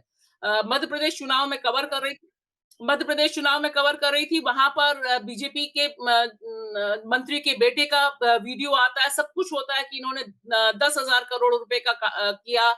वो व्यक्ति बोल भी रहा है विदेश में बैठ के कि मैं डील में शामिल था। लेकिन मुझे इतनी हैरानी हुई कि नीचे, वहीं मैं उसी कॉन्स्टिट्यूएंसी में हूँ, वो एक मुद्दा नहीं बनता।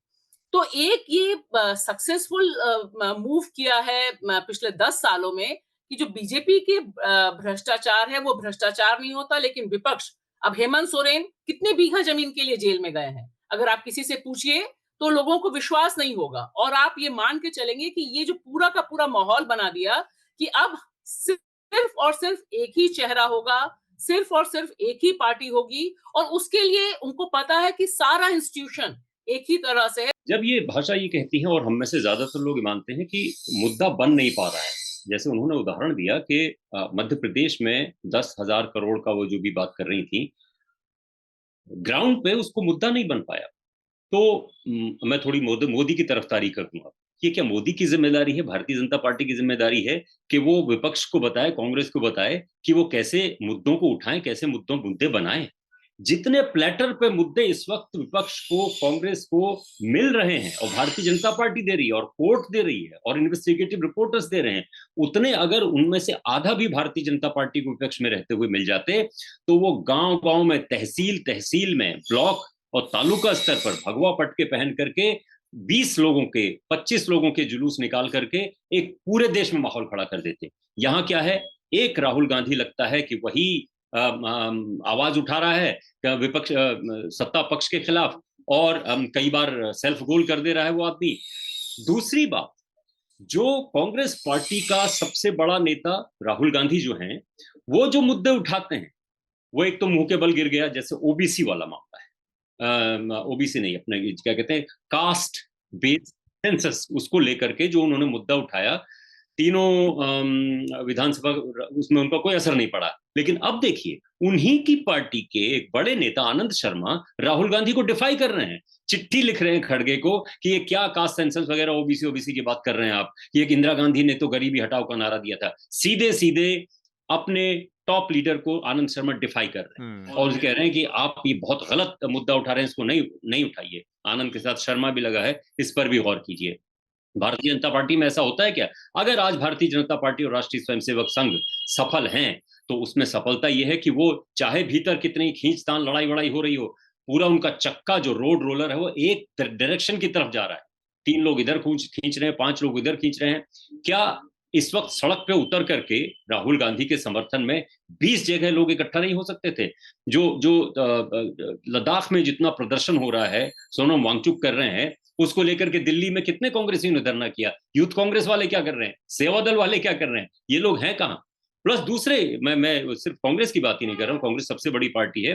कम्युनिस्ट पार्टी के लोग थोड़ा थोड़ा ये करते हैं कि जैसे सोशल मीडिया पे वो सक्रिय होने लगे हैं, सीपीआईएम खासतौर पे, सीपीएम का डेलीगेशन यहाँ हल्द्वानी बलभुलपुरा में आया, ये सब की है। लेकिन सड़क पे उतरने वाले क्या लोग ही नहीं है उनके पास, जो कैडर बेस्ड है, जो एनर्जाइज करता है, वो कहाँ है? इनफैक्ट जो बात आप कह रहे हैं ये बात इस पूरे मामले पर भी लागू होती है कि जब आप कह रहे हैं कि देश एक ऑटोक्रेसी की तरफ बढ़ रहा है, एक व्यक्ति की सत्ता की तरफ बढ़ रहा है, जिस तरह से सिटिंग चीफ मिनिस्टर को उठा लिया जा रहा है इतिहास में, मतलब भारत के आज़ाद हिंदुस्तान के इतिहास में ऐसी घटनाएं नहीं है, तब ये बात बहुत महत्वपूर्ण हो जाती है कि ऐसे मौक़ों पर भी जब एक एक कर दिख रहा है कि सबको अंदर किया जा रहा है, चाहे वो हेमंत सोरेन का मामला हो, अब इनका मामला है, कि कविता का मामला हो, संजय सिंह, ये लोग इस तरह के लोग नहीं, ये लोग जनप्रतिनिधि हैं, कोई राज्यसभा में है, कोई मुख्यमंत्री है, कोई एक बहुत बड़ी पार्टी का नेता है, तब ये चीज़ कहीं ना कहीं दिखती है कि इसकी कमी दिखती है कि सारे लोग, सारे राजनीतिक दल जो इसके शिकार होते हुए भी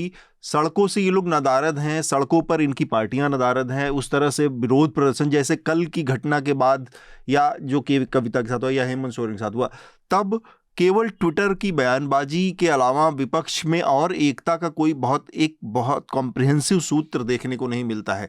अरविंद केजरीवाल की जो बात आपने कही, चूंकि हम लोग अरविंद केजरीवाल की गिरफ्तारी पर आज विशेष तौर पर बात कर रहे हैं, मुझे याद आता है कि अरविंद केजरीवाल जब बनारस गए थे 2014 में नरेंद्र मोदी के खिलाफ चुनाव लड़ने, चूँकि आपने कहा कि भाजपा बहुत डरती है, भाजपा दरअसल आप देखें तो भाजपा के अंदर अरविंद केजरीवाल को लेकर एक बहुत ही कड़वाहट, तिलमिलाहट नजर आएगी आपको।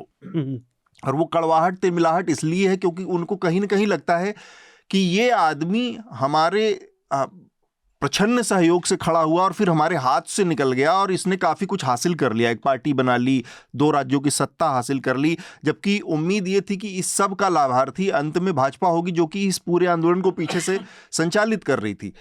अरविंद केजरीवाल की जब 14 में पहुंचे वहां पर, और पहला दिन था, मुझे आज भी याद है, सुबह सुबह वो अचानक से गंगा पहुंचते हैं, गंगा घाट पे, और वहां पर गंगा स्नान करते हैं और फिर उसका बहुत बड़ा एक मीडिया वो खड़ा किया जाता है, लाइमलाइट में आता है कि वो गंगा नहा रहे हैं। इसके बाद और दोपहर को बेनिया बाग में उनकी जो पहली जनसभा थी, उस जनसभा में अचानक से अपनी बात शुरू करते हैं और वो फिर चुप हो जाते हैं। तो वो कहते हैं कि अब अजान हो रहा है, तो अब अजान खत्म होने के बाद हम अपनी बात करेंगे। तो अरविंद केजरीवाल के पूरी राजनीति में एक किस्म का अवसरवाद भी है, एक बहुत आला किस्म का, उस बहुत ऊंचे दर्जे का एक अवसरवाद दिखता है कि ये उस समय उनको लगता था कि वहाँ पर, और अगर देखें तो अच्छा खासा वोट जो मिला था बनारस में वो मुस्लिम कम्युनिटी का ही वोट था, क्योंकि उस समय 14 में तो चारों तरफ मोदी लहर ही थी, तो मोदी के नाम पर बाकी वोट तो कहीं जा ही नहीं रहा था, खासकर बनारस आसपास के इलाकों में। फिर भी वो जो अवसरवाद है वो फिर बाद में ऐसे इतने तरीकों से सामने आया है कि अरविंद केजरीवाल के सामने आज एक किस्म का अस्तित्व, आम आदमी पार्टी के नज़रिए से देखें तो मैं ये नहीं कहूँगा कि पार्टी के ऊपर अस्तित्व का संकट है, लेकिन एक बहुत बड़ा लीडरशिप वैक्यूम खड़ा है। शार्दुल और विकास अपनी बात करें, काफ़ी देर से सुन रहे हैं, फिर हम जो आम आदमी पार्टी का ये जो फ्यूचर वाला प्रोस्पेक्ट है उस पर थोड़ा सा बात। लगभग सभी बातें आप सबने कर दी हैं। मैं तो केवल ये कहूँगा कि अतुल और चर्चा के श्रोता जानते हैं, भ्रष्टाचार से मुझे पर्सनली सख्त नफरत है, चाहे वो किसी भी पार्टी को। लेकिन आज ये लेकिन जोड़ने का शब्द है, ये कौन नहीं जानता कि भारतीय राजनीति में सभी भ्रष्टाचारी हैं। कर्नाटक में तो भाजपा इस मुद्दे पर चुनाव भी हारी है ना, येदियुरप्पा जी का किस्सा सभी को पता है। लेकिन एजेंसियां चुनाव आते ही विपक्ष के लोगों के खिलाफ काम कर रही हैं। और उसके ऊपर जो सोने पे सुहागा वाली बात है, जो पिछले कई हफ्तों में चर्चा का विषय रही, कि भाजपा ने किस तरह से सारा राजनीति के क्षेत्र में जो पैसा चलता है वो सभी पार्टियों के बीच चलता है, सत्ताधारी दल के पास हमेशा से ज़्यादा आता है, लेकिन तब भी उसके बीच भी राजनीति ठीक से चलती रहे, एक दूसरे का प्रतिद्वंदी के रूप में सम्मान और कुछ नहीं, तो वो खत्म हो गया। अब शत्रुता दिख रही है, जैसा अतुल ने कहा, सीधा आप घर पे पहुंच गए, घर से उठा लिया। और वो इसलिए क्योंकि वो बड़ा नेता नहीं है, वो इसलिए क्योंकि वो आपकी आंख में खटक रहा है। तो ये जो खटकना है, ये चारित्रिक अलोकतांत्रिकता जो है ना, वो और वो प्रधानमंत्री के अंदर है, वो पता चलती है। और अगर आपको ये सब चीज़ें नहीं दिखती, जैसे बहुत से लोग, और मैं हैरान था जैसे ही अरविंद केजरीवाल के गिरफ्तार होने का ये प्रकरण कल देर रात शुरू हुआ, तो कितने सारे छोटे छोटे यूट्यूब चैनल और ये सब प्रोपेगेंडा मशीन, वो एक बिल्कुल एक जैसे बटन दबने से चालू हो जाते हैं, सबकी लाइव स्ट्रीम स्विच शुरू हो ऑन हो गई, जाते हैं। सबकी लाइव स्ट्रीम तुरंत शुरू हो गई, सब गालियां बकने लगे, सब बताने लगे कि देखो ये कैसा आदमी है, एलिटिस्ट है। जबकि अब तो स्टेट बैंक के आंकड़े सुप्रीम कोर्ट में पेश हो चुके हैं कि भैया मतलब किसी के पास पैसा नहीं है, अगर भाजपा के पास पैसा है सारा और किसी के पास तो उसके पैसा ही सापेक्ष नहीं कुछ है। भी नहीं है। मुझे एक, और मैं इसी पे बात खत्म करूंगा, मुझे एक पुराना वो दोहा सा याद आता है कि सोतों को तो शंख जगा सकता है, जो सोने का अभिनय करते हैं उन्हें कौन जगा पाएगा। तो ये वही हिसाब है, अगर आप देखना चाहें तो सच सामने है इस समय। लेकिन भाषा ने बहुत महत्वपूर्ण बात कही कि एक सेंटिमेंट जो है ना वो पर्कुलेट करके नीचे तक चला गया है कि बीजेपी जो कर रही है वो तो ठीक कर रही है, बाकी लोग उसको 24 कैरेट खरे चाहिए। ये बड़ा वो इसलिए है क्योंकि व्यक्ति पूजा में आजकल लोग लगे हुए हैं, पर जैसे ही ये मृग तृष्णा या शीशा, इसे आप जो भी कहें, जो भी उसकी समाप्त होगी, एडजेक्टिव आप उसे देना चाहें, कुछ भी उसे नाम दें, वो जिस दिन टूटेगा सब धरातल पर है। और जैसे जैसे लोगों के रोजगार जा रहे हैं, महंगाई बढ़ रही है, धीरे धीरे भ्रम टूट रहे हैं। मैं विकास अपनी बात शुरू करें, एक आंकड़ा रख दूं लोगों के सामने कि 2014 से अब तक ईडी के जो तमाम कार्रवाइयां हुई हैं उनमें 95% कार्रवाइयां, गिरफ्तारियां विपक्ष के नेताओं के ऊपर हुई हैं। कुल 121 लीडर्स के खिलाफ अब तक ईडी ने कार्रवाई की है, उनमें से 115। ये बहुत ही शर्मनाक आंकड़ा है और ये बताता है कि जो आदमी सत्ता के शीर्ष पर बैठा है वो किस तरह से सोचता है, कितना डेमोक्रेटिक है वो, कितना लोकतांत्रिक सोच का आदमी है। 115 विपक्ष के नेता हैं जिनके खिलाफ ईडी ने कार्रवाइयां की हैं।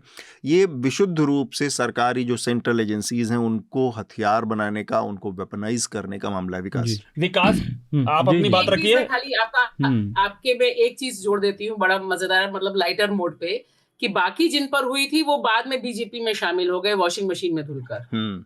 बिल्कुल जी आप नहीं मैं कह रहा था विकास अपनी बात रखे, फिर मैं अंत में एक छोटी सी बात और कहूँगा। तो सर केजरीवाल की गिरफ्तारी जो है, मतलब मैं वहीं से शुरू करना चाहूँ जहाँ राजेश जी ने एक इशारा किया था कि बड़ा कैलकुलेटेड रिस्क है बीजेपी की ओर से, और मैं कुछ हद तक इत्तेफाक रखता हूँ कि ये एक तीर से कई शिकार वाला मामला किया है बीजेपी ने। और उसकी वजह यह है, इसमें 2-3 चीज़ें हैं। एक तो हेडलाइन मैनेजमेंट जिस पर हमने ठीक ठाक चर्चा की, दूसरा राजनीतिक और सीट मैनेजमेंट भी जो है इसके पीछे नज़र आ रही है। अब देखिए कि केजरीवाल की सरकार कहाँ है, पंजाब में अभी फुल फ्लैज तरीके से। वहाँ पिछली बार भी बीजेपी को 2 ही सीटें मिली थी, तो वहाँ इस बार किसान आंदोलन के चलते और ज़्यादा नुकसान होने की संभावना है नहीं। दूसरा दिल्ली में आ जाते हैं, दिल्ली में 7 के 7 इनके पास हैं, और हरियाणा में भी केजरीवाल जैसे मतलब मुझे लगता है कि उसको इसलिए गिरफ्तार किया गया उनको कि एक अलग से नैरेटिव खड़ा किया जाए कि एक आदमी है जो टक्कर देने की कोशिश कर रहा था और उसी को आपने जो है अंदर डाल दिया, तो वोटर कंफ्यूज हो सकता है। तो वो जैसे ही कंफ्यूज होगा तो वो गठबंधन एक तरफ रह जाएगा, और वोट में जिसके में सेंध लगेगी वो हम सब जानते हैं कि कांग्रेस के वोट में सेंध लगेगी जो डायरेक्ट फाइट में है। तो एक इंटरप्रिटेशन ये भी दी जा रही है इनकी गिरफ्तारी के पीछे। दूसरा, संगठन तोड़ना भी एक मकसद हो सकता है कि संगठन जो है वो एक ही संगठन है जो सामने ठीक से चुनौती दे रहा है, और उसको अगर झटका लगेगा लोग कंफ्यूज होंगे, एक ही नेता के ऊपर लोग कंफ्यूज होंगे। तो एक इसमें वो पॉइंट है जो कई शिकार की बात मैं कर रहा हूँ। और स्टेट बैंक का आंकड़ा जैसे जहाँ हमने बात की ही थी, तो कल एक स्टेट बैंक के आंकड़े में एक और ख़ास जानकारी आई है कि वो स्टेट बैंक को भी नहीं पता है कि 466 करोड़ रुपया किसने दे दिया।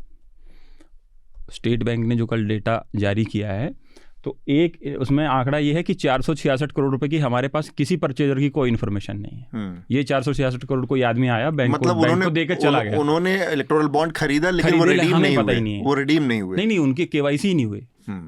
ठीक बात है। अब हाँ, शार्दुल हो गया, केवाईसी नहीं। अच्छा, केवाईसी नहीं। मैं मतलब बैंक को नहीं पता किसने खरीद के दिए हैं। देखिए सारी बात हो गई है, पर मुझे लगता है कि यहाँ पे आज ये बात होनी बड़ी ज़रूरी है भ्रष्टाचार की, क्योंकि हम बात करते रहते हैं और सरकार उसका बार बार इस्तेमाल करती है, और एक हद तक वो बात टेक्निकली ठीक भी है। भ्रष्टाचारी जैसा भी हो उसके खिलाफ कार्रवाई होनी चाहिए, पर अभी ये समय है खासतौर से जनता के लिए समझने का कि इसको थोड़ा सा इस नाजुक फ़र्क को समझें। भ्रष्टाचार भी कई तरह का होता है, जैसे राष्ट्रीय चरित्र कई तरह का हो सकता है, व्यक्ति का चरित्र कई तरह का हो सकता है, उसकी व्यक्तिगत जीवन में और सामाजिक जीवन में। भ्रष्टाचार केवल व्यक्तिगत भ्रष्टाचार अगर कोई नहीं करता, इसका मतलब ये नहीं कि वो भ्रष्टाचार को बढ़ावा नहीं दे रहा, वो खुद पैसे नहीं ले रहा, उसका खुद का खाता साफ है, उसका खुद का जीवन साफ है, लेकिन अगर वो एक बड़े स्तर पर भ्रष्टाचार को बढ़ावा दे रहा है तो वो ऐसा व्यक्ति नहीं है जो भ्रष्टाचार के खिलाफ लड़ाई लड़ रहा है। और इस अंतर को अब हमारे लोगों को समझना चाहिए, क्योंकि देखिए, अगर पैसा आने का कोई साधन नहीं है तो जैसे भी पैसा चलता है राजनीति उसी से होगी, राजनीति कभी रुकेगी नहीं। हमारी सरकार अपने लिए तो सब छुपा के पैसा ले रही है, औरों के लिए कुछ नहीं छोड़ रही। आप जैसे एडीआर के हमारे चोकर जी आए थे, वो कह रहे थे आप स्टेट इलेक्शन करवा दीजिए तो सब साफ हो जाएंगे, लेकिन वो करने को तैयार नहीं है। तो भ्रष्टाचार ये हाथ घुमा के सर के पीछे से नाक पकड़ने वाला हो रहा है, इसको समझना जरूरी है। यहाँ पर दो और चीज़ें हैं जो कि बहुत महत्वपूर्ण है, उस पर हम सबकी प्रतिक्रिया लेना चाहेंगे। एक तो ये कि इंडिया अलायंस के लिहाज से भी इस कार्रवाई का एक बहुत महत्वपूर्ण मैसेज है, बड़ा मैसेज है कि अकेले ममता बनर्जी ने अपने को अलग ही एक तरह से कर लिया था, वो एकला चलो की राह पर चली गई थी। तो इंडिया अलायंस जिस तरह से एक अलायंस के रूप में बीजेपी को चुनौती देना चाहिए था, वैसी शकल अख्तियार नहीं कर पाया। वो एकाग्रता, एकजुटता नज़र नहीं आई।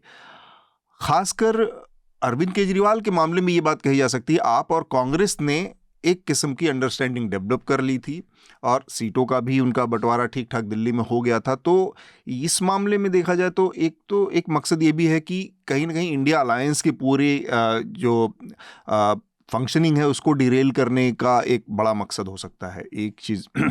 दूसरा, इस गिरफ्तारी से आम आदमी पार्टी के सामने जो एक बहुत बड़ा संकट सामने आने वाला है, वो संकट है लीडरशिप के वैक्यूम का।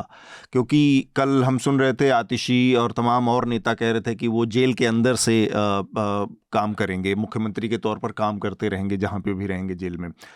लेकिन ये इसके राह में बड़ी अड़चनें हैं और ये एक तरह कोई बहुत स्मूथ प्रक्रिया नहीं है और ये फीजिबल नहीं है, ये व्यावहारिक नहीं है कि एक मुख्यमंत्री जेल के अंदर से काम करे। क्योंकि डे टू डे जो एक्टिविटीज़, जो कामकाज होते हैं, एक मुख्यमंत्री की जो जिम्मेदारियां निर्वहन करनी होती हैं, उसमें जेल के अंदर से काम करने में कई तरह के लेयर्स और हर्डल्स जुड़ जाते हैं। मसलन कि कुछ चीज़ें बहुत टॉप सीक्रेट होती हैं, बहुत सारी चीज़ें ऐसी होती हैं पॉलिसी के लेवल पर जो कि इस तरह से डिस्कस नहीं होती हैं कि किसी के सामने आए। और जब आप जेल के अंदर से कोई चीज़ इस तरह के करेंगे तो उसमें 3-4 लेयर, एक जेल का अपना एडमिनिस्ट्रेशन इन्वॉल्व होता है, उसमें उसको सारी चीज़ों की, कोई चीज़ अंदर जा रही है, कोई चीज़ बाहर आ रही है, कोई पेपर जा रहा है, किसी पर साइन हो रहा है पॉलिसी लेवल की, तो उसमें जो लीक होने की चांस, क्योंकि वो पॉलिसी बनने से पहले उसकी जो गोपनीयता है बहुत महत्वपूर्ण होती है, क्योंकि उसमें क्विड प्रो को भी इन्वॉल्व होता है, हितों का भी टकराव, कॉन्फ्लिक्ट ऑफ इंटरेस्ट भी रहता है। तो ये संभव नहीं है इस बड़े उसमें। तो जो लीडरशिप का वैक्यूम है पैदा हो गया है अचानक से, वो आम आदमी पार्टी को कितना नुकसान पहुंचाएगा। क्योंकि मैं शुरुआत में जैसे मैंने कहा कि एक बहुत अपॉर्चुनिज्म वाला, अपॉर्चुनिस्ट का भी रवैया अख्तियार किया अरविंद केजरीवाल ने अतीत में। और आप देखिए कि जितने बड़े बड़े नाम एक समय पर जुड़े थे इस आंदोलन के जरिए इस पार्टी से, उसमें बड़े लोगों को बहुत ही कहेंगे कि बहुत ही कड़वाहट भरे माहौल में बाहर किया गया। बाहर हुए लोग, चाहे उसमें प्रशांत भूषण जैसे लोग हों, योगेंद्र यादव जैसे लोग हों, प्रोफेसर आनंद कुमार जैसे लोग हों, और इसके अलावा सिविल सोसाइटी के और तमाम लोग। अगर आप 2014 का इलेक्शन याद करें तो बहुत बड़े बड़े नाम इनकी तरफ से लोकसभा का चुनाव लड़ रहे थे, वो लोग आज कहीं नहीं हैं।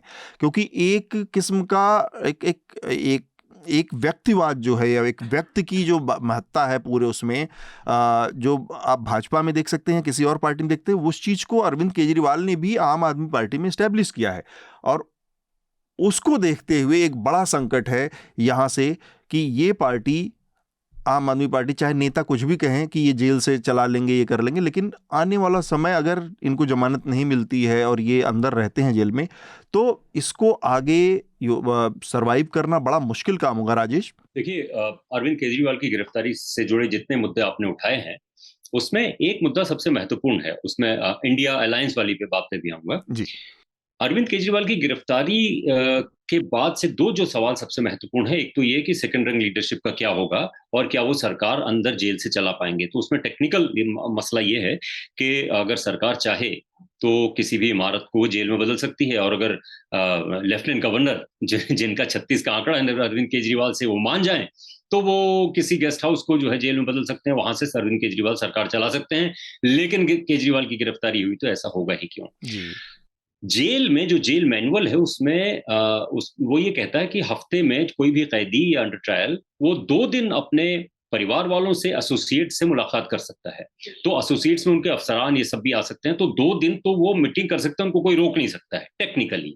लेकिन बाकी जो मसले हैं कि वो क्या सरकार चला पाएंगे, तो मुझे लगता है कि अरविंद केजरीवाल जो हैं वो इतने चालाक पॉलिटिशियन हैं कि वो इसका इंतजाम करके गए होंगे कि 2 दिन तो सरकार मैं चलाऊंगा अंदर से, उसमें ऊपर ऊपर जो भी साइन करने होंगे वो कर सकता हूं, लेकिन बाकी जो है सौरभ भारद्वाज और आतिशी और बाकी लोग जो बचे हुए हैं वो बाकी सब काम करें। एक ये पॉसिबिलिटी हो सकती है। दूसरी बात आपने जो कही कि अरविंद केजरीवाल ने किस तरह से आम आदमी पार्टी को एक चालाकी से और एक बड़ी अपॉर्चुनिस्टिक तरीके से चलाया, और उसमें जो वेल मीनिंग लोग थे, प्रशांत भूषण, प्रोफेसर अरविंद कुमार, आनंद कुमार और योगेंद्र यादव, इन सबको जिस तरह से इनकी बेहुरमती करके निकाला गया वो ठीक नहीं था। मैं यहाँ पे ये कहना चाहता हूं कि देखिए, राजनीति चैरिटी नहीं होती है। अरविंद केजरीवाल में एक कनिंगनेस है, जो राजनीति के लिए एक बारीक कनिंगनेस और चालाकी और मक्कारी की जरूरत होती है। वो गांधी में भी थी, नेहरू में भी थी, इंदिरा गांधी में भी थी, सत्ता चलाने वाला चंद्रगुप्त मौर्य में भी रही होगी। वो कनिंगनेस और वो थोड़ी चालाकी बारीक जो है वो अरविंद केजरीवाल में है। जिस तरह से प्रोफेसर अरविंद कुमार, आनंद कुमार और प्रशांत भूषण, योगेंद्र यादव चलाना चाह रहे थे आम आदमी पार्टी को, उसमें वो, क्योंकि ये लोग सीधे स्ट्रेट फॉरवर्ड हैं, काले को काले सफेद को सफेद कहेंगे। अरविंद केजरीवाल अगर उस तरह से चलाते तो आम आदमी पार्टी आज जहां है वहां नहीं रहती। मैं यहां पर एक बड़ा बहुत ही क्या कहते हैं इसको, आउटलैंडिश टाइप का एक ख्याल है ये, इसमें कोई यथार्थ नहीं है, तथ्य नहीं है, लेकिन राजनीति जो जिस तरह की अरविंद केजरीवाल खेलते हैं उसको देखते हुए इस पर कोई आश्चर्य नहीं होना चाहिए। फर्ज कीजिए अगर नरेंद्र मोदी की भारतीय जनता पार्टी 250 सीटों पर रुक गई 2024 में, और किसी मिरेकल से, कल्पना से अरविंद केजरीवाल की आम आदमी पार्टी के पास 25 सीटें आ गई, तो गारंटी है कि आम आदमी पार्टी भारतीय जनता पार्टी के साथ हाथ मिला लेगी। ऐसा किया है लोगों ने, इस मुल्क में ऐसा हुआ है। जी जी। ममता बनर्जी जो है वो भारतीय जनता पार्टी को पश्चिम बंगाल में लाने वाली है। 93 में उन्होंने मुझे इंटरव्यू दिया था ये कि हम टैसिट अंडरस्टैंडिंग करेंगे भारतीय जनता पार्टी के साथ और पंचायत चुनाव में हम लड़ेंगे। तो पहला जब कोई कदम नहीं रखता था वहां पे भारतीय जनता पार्टी या हिंदुत्व का कोई भी सैनिक या सिपाही, या नहीं रखने देती थी उनको वाम मोर्चा, ममता बनर्जी उनको वहां लेके आई। इसलिए जिस तरह की राजनीति, ये अंबेडकर के साथ भी हो सकते हैं, सावरकर के साथ भी हो सकता है। हालांकि सावरकर के खिलाफ बहुत बात की है इन्होंने अरविंद केजरीवाल ने, उसको थोड़ा सा हटाना उस ठप्पे को मुश्किल होगा। भाषा जी, देखिए, मेरा मानना है कि ये सारे इंतजाम, क्योंकि अरविंद केजरीवाल से बेहतर और आम आदमी पार्टी से बेहतर कोई नहीं जानता था कि ये गिरफ्तारी होनी ही होनी है। हाँ। तकरीबन ये खाली तारीख का मसला था, और हम सब जो लोग क्लोजली फॉलो कर रहे थे इस बात का कयास था, तो उसकी तैयारी उनके दिमाग में रही होगी और वो तैयारी करके गए हैं। और दूसरी चीज मुझे लगता है कि जब हम विपक्षी पार्टियों के बारे में सोचते हैं, बहुत सी हमारे जो ख्याल रहते हैं as a journalist, as a reporter, तो ये लगता है कि अरे ये ऐसा कैसे हो गया, समाजवादी पार्टी बसपा से कैसे मिल गई, बसपा समाजवादी पार्टी से कैसे मिल गई। मैं इसलिए कह रही हूँ क्योंकि मेरी परवरिश लखनऊ में है और मैंने दोनों के बीच भयानक संघर्ष देखा हुआ है, नीचे से लेकर ऊपर तक। या मान लीजिए बिहार में नीतीश और लालू कैसे मिल जाएंगे, कैसे अलग हो जाएंगे, कैसे पलटू राम फिर पलट जाएंगे। तो राजनीति जिस तरह से संभावनाओं को समेटे रहती है अपने आप में, उसमें हमें जो 24 कैरेट वाला मामला है वो नहीं, हम उस आधार पर उसका मूल्यांकन नहीं कर सकते हैं। और इस मामले में अरविंद केजरीवाल सबसे बड़ा खतरा मोदी जी के लिए इसलिए भी थे, अभी भी हैं, या आम आदमी पार्टी इसलिए है क्योंकि वो उतनी ही फ्लेक्सिबल है जितने की वो खुद हैं। अब आप मिसाल के तौर पे देखिए, इस समय भारतीय जनता पार्टी ने उन तमाम लोगों के साथ गठबंधन कर रखे, उन तमाम लोगों को अपने में समेट लिया है। महाराष्ट्र हो, कर्नाटक हो, तमाम अलग अलग राज्य, एक राज्य उठाइए, हर जगह बिहार उसका जीता जागता उदाहरण है। जिस नीतीश को वो लोग पानी पी पी कर कोसते रहते थे, उसी नीतीश को दोबारा गले मिला लिया, जहां पे गृह मंत्री मन से बोल रहे थे कि उसकी एंट्री कभी नहीं हो सकती है। तो उस मामले में आप देखिए कि अरविंद केजरीवाल, जिनकी पूरी की पूरी जो राजनीतिक सफर की शुरुआत एंटी कांग्रेस हुई दिल्ली में, और वह जिस तरह से लोकसभा चुनाव में 2024 में एक दूसरे ढंग की मैच्योरिटी के साथ उन्हें लगा कि उनके सर्वाइवल के लिए जरूरी है, इंडिया गठबंधन के लिए जरूरी है, यहाँ वो ममता बनर्जी से ज्यादा मैच्योर रुख अख्तियार करते हैं और कांग्रेस के साथ अलायंस में जाते हैं। इसलिए मुझे लगता है कि अरविंद केजरीवाल के पास जो सरकार चलाना और जिस तरह से उन्होंने एक्सपैंड किया है, उससे हम और आप सहमत हो असहमत हो, बहुत सी गुंजाइश है। मैंने गुजरात में भी जाके देखा कि किस तरह से आम आदमी पार्टी ने सिर्फ और सिर्फ नुकसान पहुंचाया कांग्रेस को। सारा का सारा जो ट्राइबल बेल्ट जो मैंने चुनाव के दौरान कवर किया था, वहां साफ दिखाई दे रहा था कि ये वोट कहाँ जा रहे हैं, वोट किसको काट रहे हैं। लेकिन ये जो एक पोटेंशियल है भारतीय राजनीति में कि आप कैसे साथ आ सकते हैं, कैसे आप अलायंस में जा सकते हैं, इसकी एक दूसरे ढंग की लकीर अरविंद केजरीवाल ने खींची है और शायद इसीलिए वो इस तरह से निशाने पर है। लेकिन जो सबसे कारगर बात है जिसका जिक्र मैं यहाँ करना चाहूंगी कि साम दाम दंड भेद लगाकर भारतीय जनता पार्टी फिलहाल अभी तक आम आदमी पार्टी के विधायकों की खरीद फरोख्त उस तरह से नहीं कर पाई जिस तरह से उसने देश भर में तमाम पॉलिटिकल पार्टीज को या तो सीधे या तो पीछे से उनकी खरीद फरोख्त की, उनको अपने पास मिलाया। और मुझे लगता है कि ये जो एक स्ट्रॉन्ग बेस अभी तक आम आदमी पार्टी का है, खास तौर से दिल्ली में, वो एक दूसरे ढंग का मैसेज भी देता है कि आपकी जो पॉलिटिकल पार्टी है उसमें इतना बड़ा लालच, कितना बड़ा लालच होगा इसके बारे में हम कुछ जानते नहीं। खाली कर्नाटक में किस तरह से हॉर्स ट्रेडिंग हुई इसका ऑफिशियली ऑन रिकॉर्ड हमारे पास कुछ प्रमाण है। तो मुझे लगता है कि ये एक आम आदमी पार्टी के पास अभी तक एक मजबूत लकीर है कि वो अपने लोगों को बिना चार्टर्ड प्लेन में, बिना कैद किए, बिना कहीं ले जाए सुरक्षित रख पाती है। वे बिकने को तैयार नहीं होते। अब ये कितने दिन तक हो पाएगा, अगर ये ऐसा रहे तो अभी भी उसके पास फाइट का एक अच्छा पोटेंशियल है। ये बहुत महत्वपूर्ण बात है, लेकिन इसमें एक पहलू ये भी है कि आम आदमी पार्टी के पास जितनी बड़ी मेजॉरिटी है, जो नंबर इतना बड़ा है कि उसमें तोड़ पाना और तोड़ फोड़ का खेल, मेरे ख्याल से मुझे याद है एक बार इसकी कोशिश हुई थी जब पहला टर्म था उनका, और लेकिन उसमें कामयाब नहीं, क्योंकि वो नंबर इतना ज़्यादा है कि 70 में 67 उनके पास थी, सिर्फ 3 थे। तो आप बहुत ज़्यादा खरीद फरोख्त करके भी वहाँ तक पहुँचने की स्थिति नहीं होती है। लेकिन ये बात बिल्कुल ठीक है कि अरविंद केजरीवाल, वो जो रिजॉर्ट पॉलिटिक्स भारतीय राजनीति का एक चरित्र बन गया, उससे अभी उनकी पार्टी बची हुई है, और इस तरह की इस किस्म की लॉयल्टी आज की राजनीति में बड़ा मुश्किल है। विकास जी, गठबंधन के नज़रिए से अगर हम बात करें तो जैसा कि मैंने पहले भी कहा था कि ये एक तीर से कई शिकार वाला मामला है और संगठन तोड़ना इसका एक मकसद हो सकता है। तो हम याद करें कि थोड़ा सा समय पहले एक प्रयोग हुआ था राहुल गांधी को गिरफ्तार कर जेल भेजने का, मगर शायद भाजपा को समझ में आया कि ये दांव बहुत ज़्यादा उल्टा पड़ सकता है, और यात्रा का भी दौर था और सब चीज़ें थी।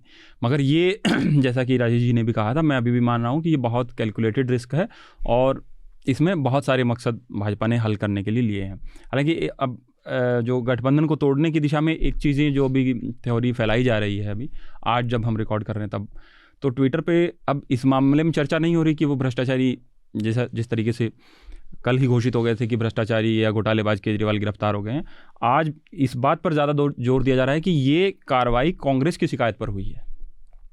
कांग्रेस ने अपने दौर में शिकायत दी कि शराब नीति में किस तरीके से सारे नियमों का उल्लंघन हुआ और उसके आधार पर कार्रवाई हुई। इसमें बीजेपी का तो कोई योगदान नहीं है। आज इसको पूरे तरीके से पेडल किया जा रहा है सोशल मीडिया पे, सब जगह। अब ये एक वही हेडलाइन मैनेजमेंट फिर से। जी शार्दुल, आपकी आखिरी बात और उसके बाद फिर हम आज चर्चा को समेटेंगे।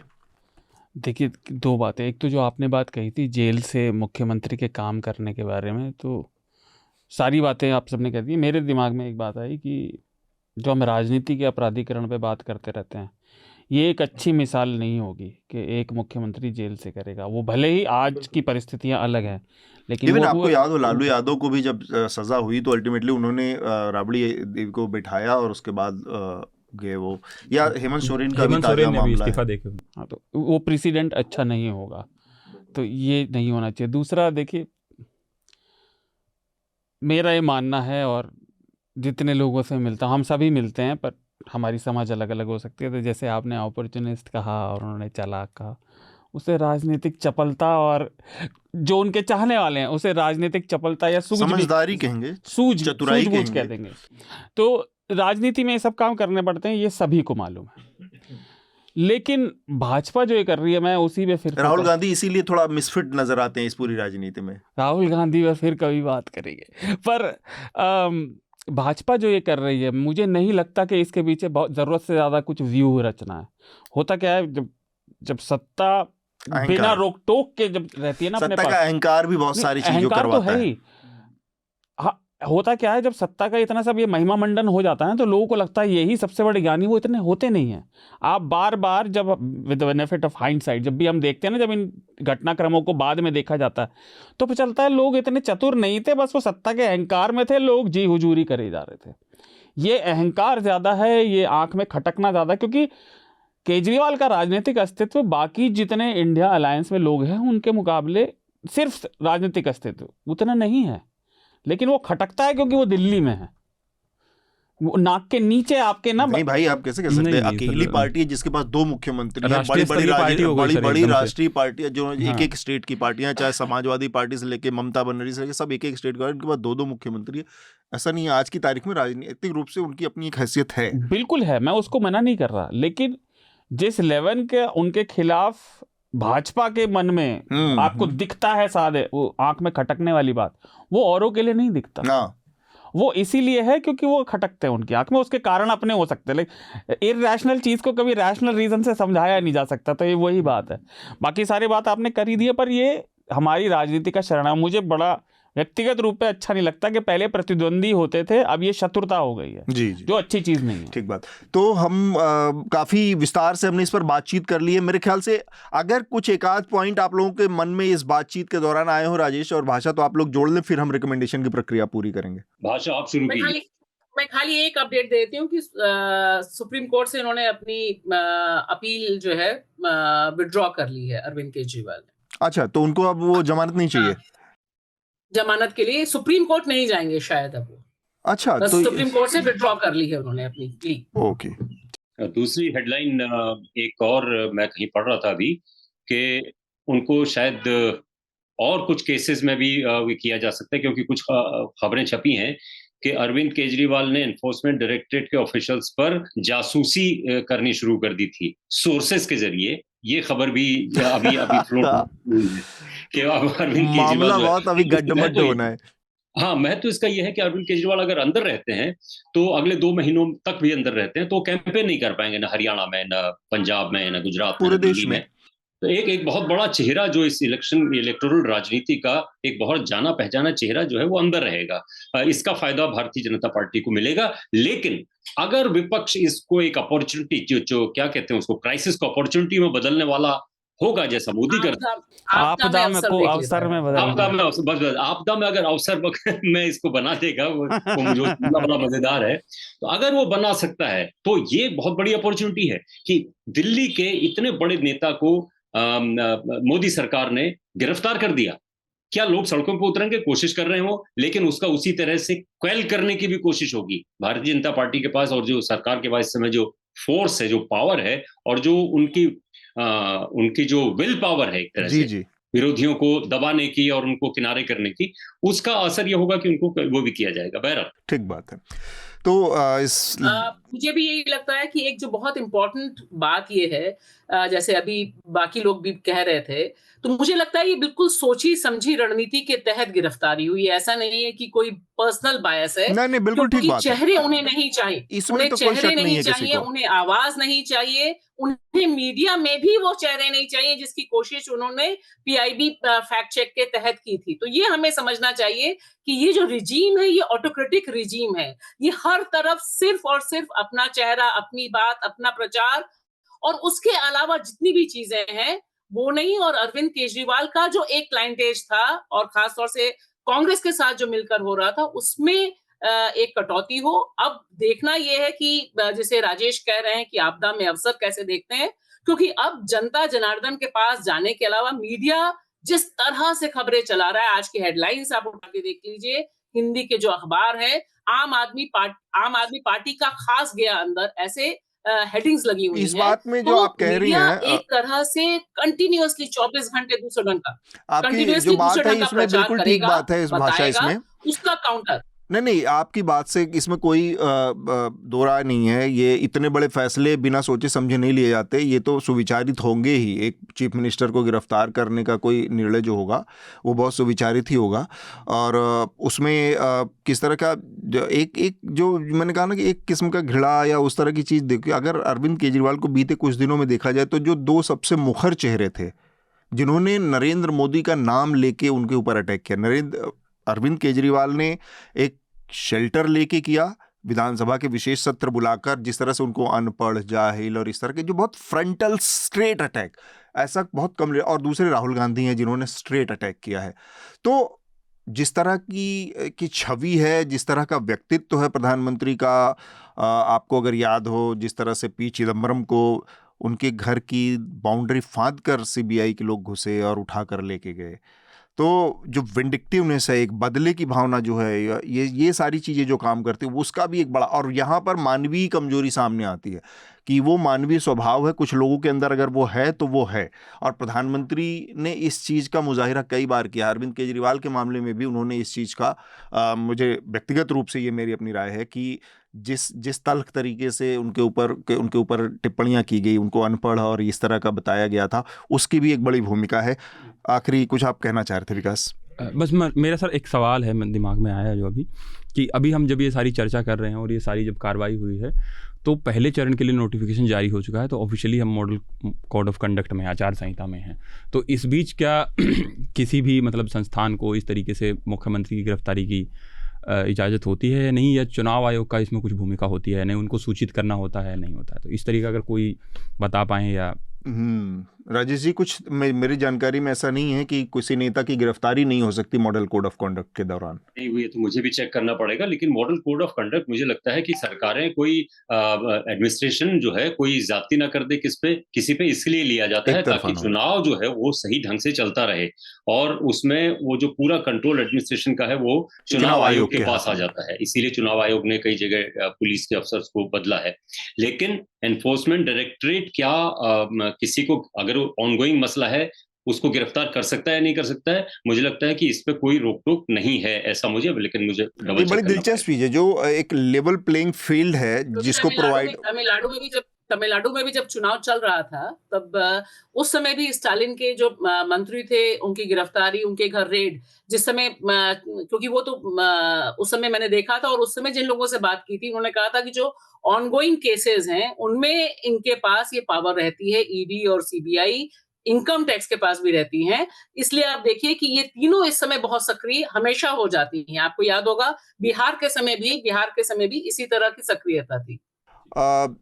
ये एक विकास ने बहुत ही महत्वपूर्ण मौजू, एक मुद्दे की तरफ हम ध्यान, किसी दिन कोई लीगल एक्सपर्ट होंगे इस मामले के विशेषज्ञ तो उनसे समझने की कोशिश करेंगे कि चुनाव आयोग जब मॉडल कोड ऑफ कंडक्ट लागू हो जाता है तो सबसे सुप्रीम अथॉरिटी होती है, और मकसद ही यही है उसको पता अथॉरिटी में रहने का कि एक लेवल प्लेइंग फील्ड, सारे प्लेयर्स जो हैं डेमोक्रेसी के, हमारे लोकतंत्र के, उनको एक बराबरी की ज़मीन मिल सके और वहाँ पर वो एक बराबरी के साथ कॉम्पीट कर सकें, किसी को कोई किसी तरह की बढ़त ना हो।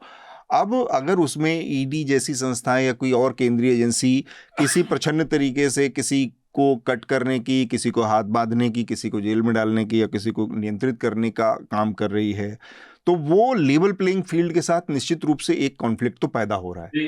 इसमें एक मसला है अतुल, ये देखिए ये क्राइम का मामला है जी। ये जो भ्रष्टाचार है ये रिश्वतखोरी और क्राइम का मामला। अगर कोई मान लीजिए पॉलिटिशियन मर्डर कर देता है जी, तो उसके खिलाफ क्या 302 के तहत कार्रवाई नहीं होगी? अगर मॉडल कोड ऑफ कंडक्ट लगेगा तो ये सवाल, इसके कॉन्टेक्स्ट में इसको समझना चाहिए। ठीक बात। मैं ये कह रहा था ये पिछली बार भी हुआ था, आपको याद हो तो उस समय मेरे दिमाग से इस समय नाम उतर गए हैं, पर इलेक्शन कमिश्नर ने बोला था कि ईडी को ऐसी कार्रवाई नहीं करनी चाहिए, तो ईडी की तरफ से आता नहीं, हम निष्पक्ष कार्रवाई करते हैं, जैसा राजेश ने बोला।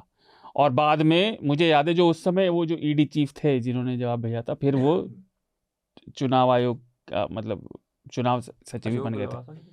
नहीं अशोक लवासा नहीं, वो तो दूसरा ही मामला था, तो बन गए थे। तो ये जवाब आया था कि नहीं हमारी मतलब अमूमन उसका वही था कि हमारी तो कार्रवाई निष्पक्ष ही होती चलिए है। कोशिश करेंगे कि हम इस विषय को थोड़ा और विस्तार से एक बार हाँ, समझे हाँ। किसी लीगल एक्सपर्ट के जरिए।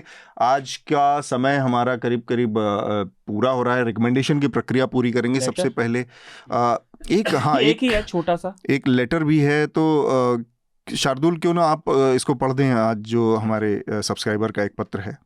तो विशाल का पत्र आया है और वो कह रहे हैं, आज के दौर में कई महिलाएं नौकरी व्यवसाय करके अच्छा खासा कमा रही हैं, तब राजनीतिक फायदे के लिए सभी महिलाओं को 1000 रुपये महीना देना ठीक नहीं।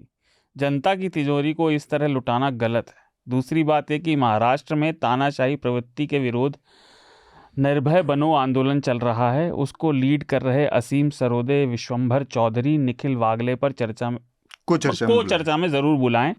सिर्फ महाराष्ट्र में ऐसी आवाजें उठती देखकर पहली बार मराठी होने पर अभिमान लगता है। आपके पत्र के लिए धन्यवाद विशाल। तो विशाल, कोशिश करेंगे ये जो जिन नामों का सुझाव आपने दिया उनको चर्चा में हम किसी समय बुलाएं और उनको जोड़ें। मैं आशीष और अनिल हमारे साउंड रिकॉर्डिस्ट हैं जो इस चर्चा को प्रोड्यूस करते हैं, उनको भी ध्यान लाऊंगा कि ये जो जिन नामों का सुझाव उन्होंने दिया उनको चर्चा में ज़रूर कंसीडर करें, उनको बुलाएं। और कुछ नई जानकारियाँ हर व्यक्ति अपने साथ जोड़ता है, लाता है, चर्चा को समृद्ध बनाता है, तो वो ठीक है। दूसरी बात, जहाँ तक आपकी जो 1000 रुपये महिलाओं को देने की बात है, तो इसमें अलग अलग तरह के कॉन्फ्लिक्ट रहे हैं लोगों के। मेरा ये मानना है कि अल्टीमेटली जो वेलफेयर स्टेट है, आप इसको फ्री, मतलब पिछले कुछ समय के दौरान फ्री बीज और ये सारी चीज़ें कह के और उसको एक तरह से उसकी खिल्ली उड़ाने की, उसको अब्यूज़ करने की बड़ी प्रवृत्ति देखी गई है। लेकिन इसके बावजूद इस तरह की चीज़ें वेलफेयर स्टेट में, खासकर भारत जैसे समाज में जहाँ पर ऊंच नीच का दायरा, मतलब अगर आप देखें सामाजिक जो गैप है बहुत ज़्यादा, कुछ लोगों के पास रिसोर्सेज है, कुछ लोगों के पास डे टू डे सर्वाइव करने का संकट है, तो ऐसे में इस तरह की चीज़ें, जो सरकार की कुछ योजनाएं हैं वो ज़रूरी हैं और काफ़ी लोगों के लिए संबल भी बनती हैं, बहुत ज़रूरी, और उनका बहुत फ़ायदा देखने को मिला है। तो सिर्फ उसे फ्रीबी या उस तरह की चीज़ें कह के खारिज करना ठीक नहीं है। बहुत क्विक छोटी छोटी टिप्पणी, राजेश, आप लोगों को क्या लगता है ये जो 1000 रुपये नगद देने की स्कीम पर आप क्या सोचते हैं? देखिए, ये तो जो अर्थशास्त्री हैं, हमने बचपन में 10वीं 11वीं में पढ़ा था, ये डायरेक्ट बेनिफिट जो ट्रांसफर होता है, ये अर्थशास्त्र का एक वो है, एक तरीका है। या मनरेगा जो है वो भी एक तरीका है रोजगार को बढ़ावा देने का। एक मौसमी बेरोजगारी होती है, एक परमानेंट बेरोजगारी होती है। तो ये हर सरकारें लागू करती हैं। इसको मैं रिश्वतखोरी ऐसा नहीं मानता हूँ। कुछ लोग, जो सरकारें इस तरह की मुफ्त में रेवड़ियां बांटती हैं, वो खुद भी रेवड़ियां बांटती हैं और लेकिन दूसरे को, विपक्षी के रेवड़ियां बांट रहे हैं। तो ये सब तो होता ही रहता है। इससे फायदा किसको हो रहा है? फायदा अगर बहुत गरीब आदमी को हो रहा है या लोअर मिडिल क्लास को हो रहा है तो कोई दिक्कत नहीं है। जब लाखों करोड़ रुपए बड़े बड़े कॉर्पोरेशंस के बैंक जो है वो क्या बोलते हैं उसको, जो कर्ज जो वापस नहीं ले पाते वो माफ कर देते हैं। एनपीए हो जाते हो। हाँ, क्या बोलते हैं उसको? NPA, non performing asset. NPA, non performing asset, मुझे याद भी नहीं रहता वो एनपीए। अच्छा, ये ऐसा शब्द है, नॉन परफॉर्मिंग एनपीए एसेट। नहीं भूलने चाहिए। नहीं, मतलब एनपीए जो है वो आपके कोई तस्वीर नहीं पैदा करता है। ये कोई तस्वीर नहीं बनाता है। दरअसल उनको मुफ्त में रेवड़ियां दरअसल ये बांटी गई, उस पर कोई बात नहीं होती। 1000 रुपए अगर किसी गृहिणी को मिल रहा है या बस में टिकट अगर मुफ्त में जा रही है कोई बच्ची, तो उसको बहुत बड़ा इशू बनाया जाता है। भाषा, आप कुछ कहना चाहेंगे इस पर? मैं ये खाली यही कहना चाहूंगी कि दिक्कत ये है कि ये सब हमें दिखाई देता है कि कितना दे रहे हैं, महिलाओं को कितना मिल रहा है या दलितों को कितना मिल रहा है, लेकिन चर्चा में वो नहीं आता जो कॉर्पोरेट माफी होती है, जो करोड़ों अरबों रुपए में पहुंची हुई है। अगर आप हिसाब निकालें तो पता चलता है कि वहां पर जब इतनी आप सारे कर्जे माफ कर देते हैं। मैं एनपीए की भी बात नहीं कर रही, मैं तो यहाँ दूसरे ढंग से बात कर रही हूँ, जो कॉर्पोरेट सब्सिडी मिलती है, अगर उसका आकलन करें, और जो टैक्स छूट मिल जाता है 10-10 साल का, और जो टैक्स छूट मिली हुई है, अगर आप उसकी बात करें तब लेकिन पिछले कुछ समय से इस तरह के जो सकारात्मक इनिशिएटिव्स हैं, पहलकदमियां हैं, उनको एक गलत चश्मे से रेवड़ी कह के उनको रिश्वत करके ये सब करके प्रचारित इसलिए किया जाता है क्योंकि यह दरअसल मध्यम वर्ग खाते पीते वर्ग को सूट करता है। क्योंकि आप ये देखिए कि जब गांव की लड़कियों को साइकिल मिलती है, 1000 रुपए मिलता है, सैनिटरी पैड मिलता है, उनके जीवन में जो फर्क आता है वो दरअसल खाए पिए मध्यम वर्ग के लोगों को इसका आभास नहीं होता क्योंकि उनको छूट दूसरे ढंग से मिल रही है। बिल्कुल ठीक बात। बहुत शार्दुल। छोटा सा जवाब, और वो भी मैं इसलिए कह रहा हूँ क्योंकि मेरा ऑल टाइम फेवरेट कोटेशंस होते हैं ना सबके, तो हरमन मैनुअल का है और वो बहुत चरितार्थ करता है इस बात को। मैं अंग्रेजी में बोल देता हूँ पहले। Of all the preposterous assumptions of humanity nothing exceeds most of the criticism made by the habits of poor by well housed, well warmed and well fed। तो गरीबों की आदतों की आलोचना करना अपने ड्राइंग रूम में बैठ के तो अमीरों की पुरानी आदत है ही। वो बड़ी बात। ठीक बात है। विकास, आप कुछ जोड़ना चाहेंगे इस पर? हाँ सर, बहुत सी चीज़ें, जैसे मुझे लगा कि विशाल जी ने जो सवाल पूछा वो बड़ा, एक तो वेग है, बहुत सवाल बहुत वास्ट है, और दो चीज़ों की उन्होंने एकदम से अलग अलग रूप से तुलना कर दी। सवाल के पहले हिस्से में वो लिख रहे हैं कि आज के दौर में कई महिलाएं नौकरी और व्यवसाय कर रही हैं। दूसरे में उस हिस्से में वो कह रहे हैं कि सभी महिलाओं को 1000 रुपये देना ठीक नहीं, लेकिन वो 1000 रुपये किसे मिलेंगे और नौकरियां कौन कर रही हैं, तो दो अलग अलग बातें हैं। ठीक बात है। और आप बुरा मत मानिएगा विशाल जी। हाँ, मतलब नौकरियां सारी महिलाएं जी, आज भी नहीं कर रही, ये जी, भी बात सच तो है। जनरलाइज करना कि सारी महिलाएं नौकरी कर रही हैं और सबको 1000 रुपये मिलेंगे, वो अलग अलग चीज़ है और इसके अपने राजनीतिक निहित हैं। और तो एक सर आखिरी चीज़ जो मैं जोड़ना चाह रहा था, जो राजेश जी ने कहा कि कोई नेता अगर खून कर देता है तो उसमें कार्रवाई तो होगी, कार्रवाई तो क्राइम होगी। है। हाँ। लेकिन सर दो चीज़ें हैं कि वो क्राइम कि आपने किसी को एकदम से हानि पहुंचाई, और ये मामला जो इतना लंबे समय से चला आ रहा करप्शन का है, मामला। दो अलग अलग चीज़ें हैं। तो उसमें मुझे नहीं लगता कि एकदम से एक जैसी ही मानदंड हो सकते हैं।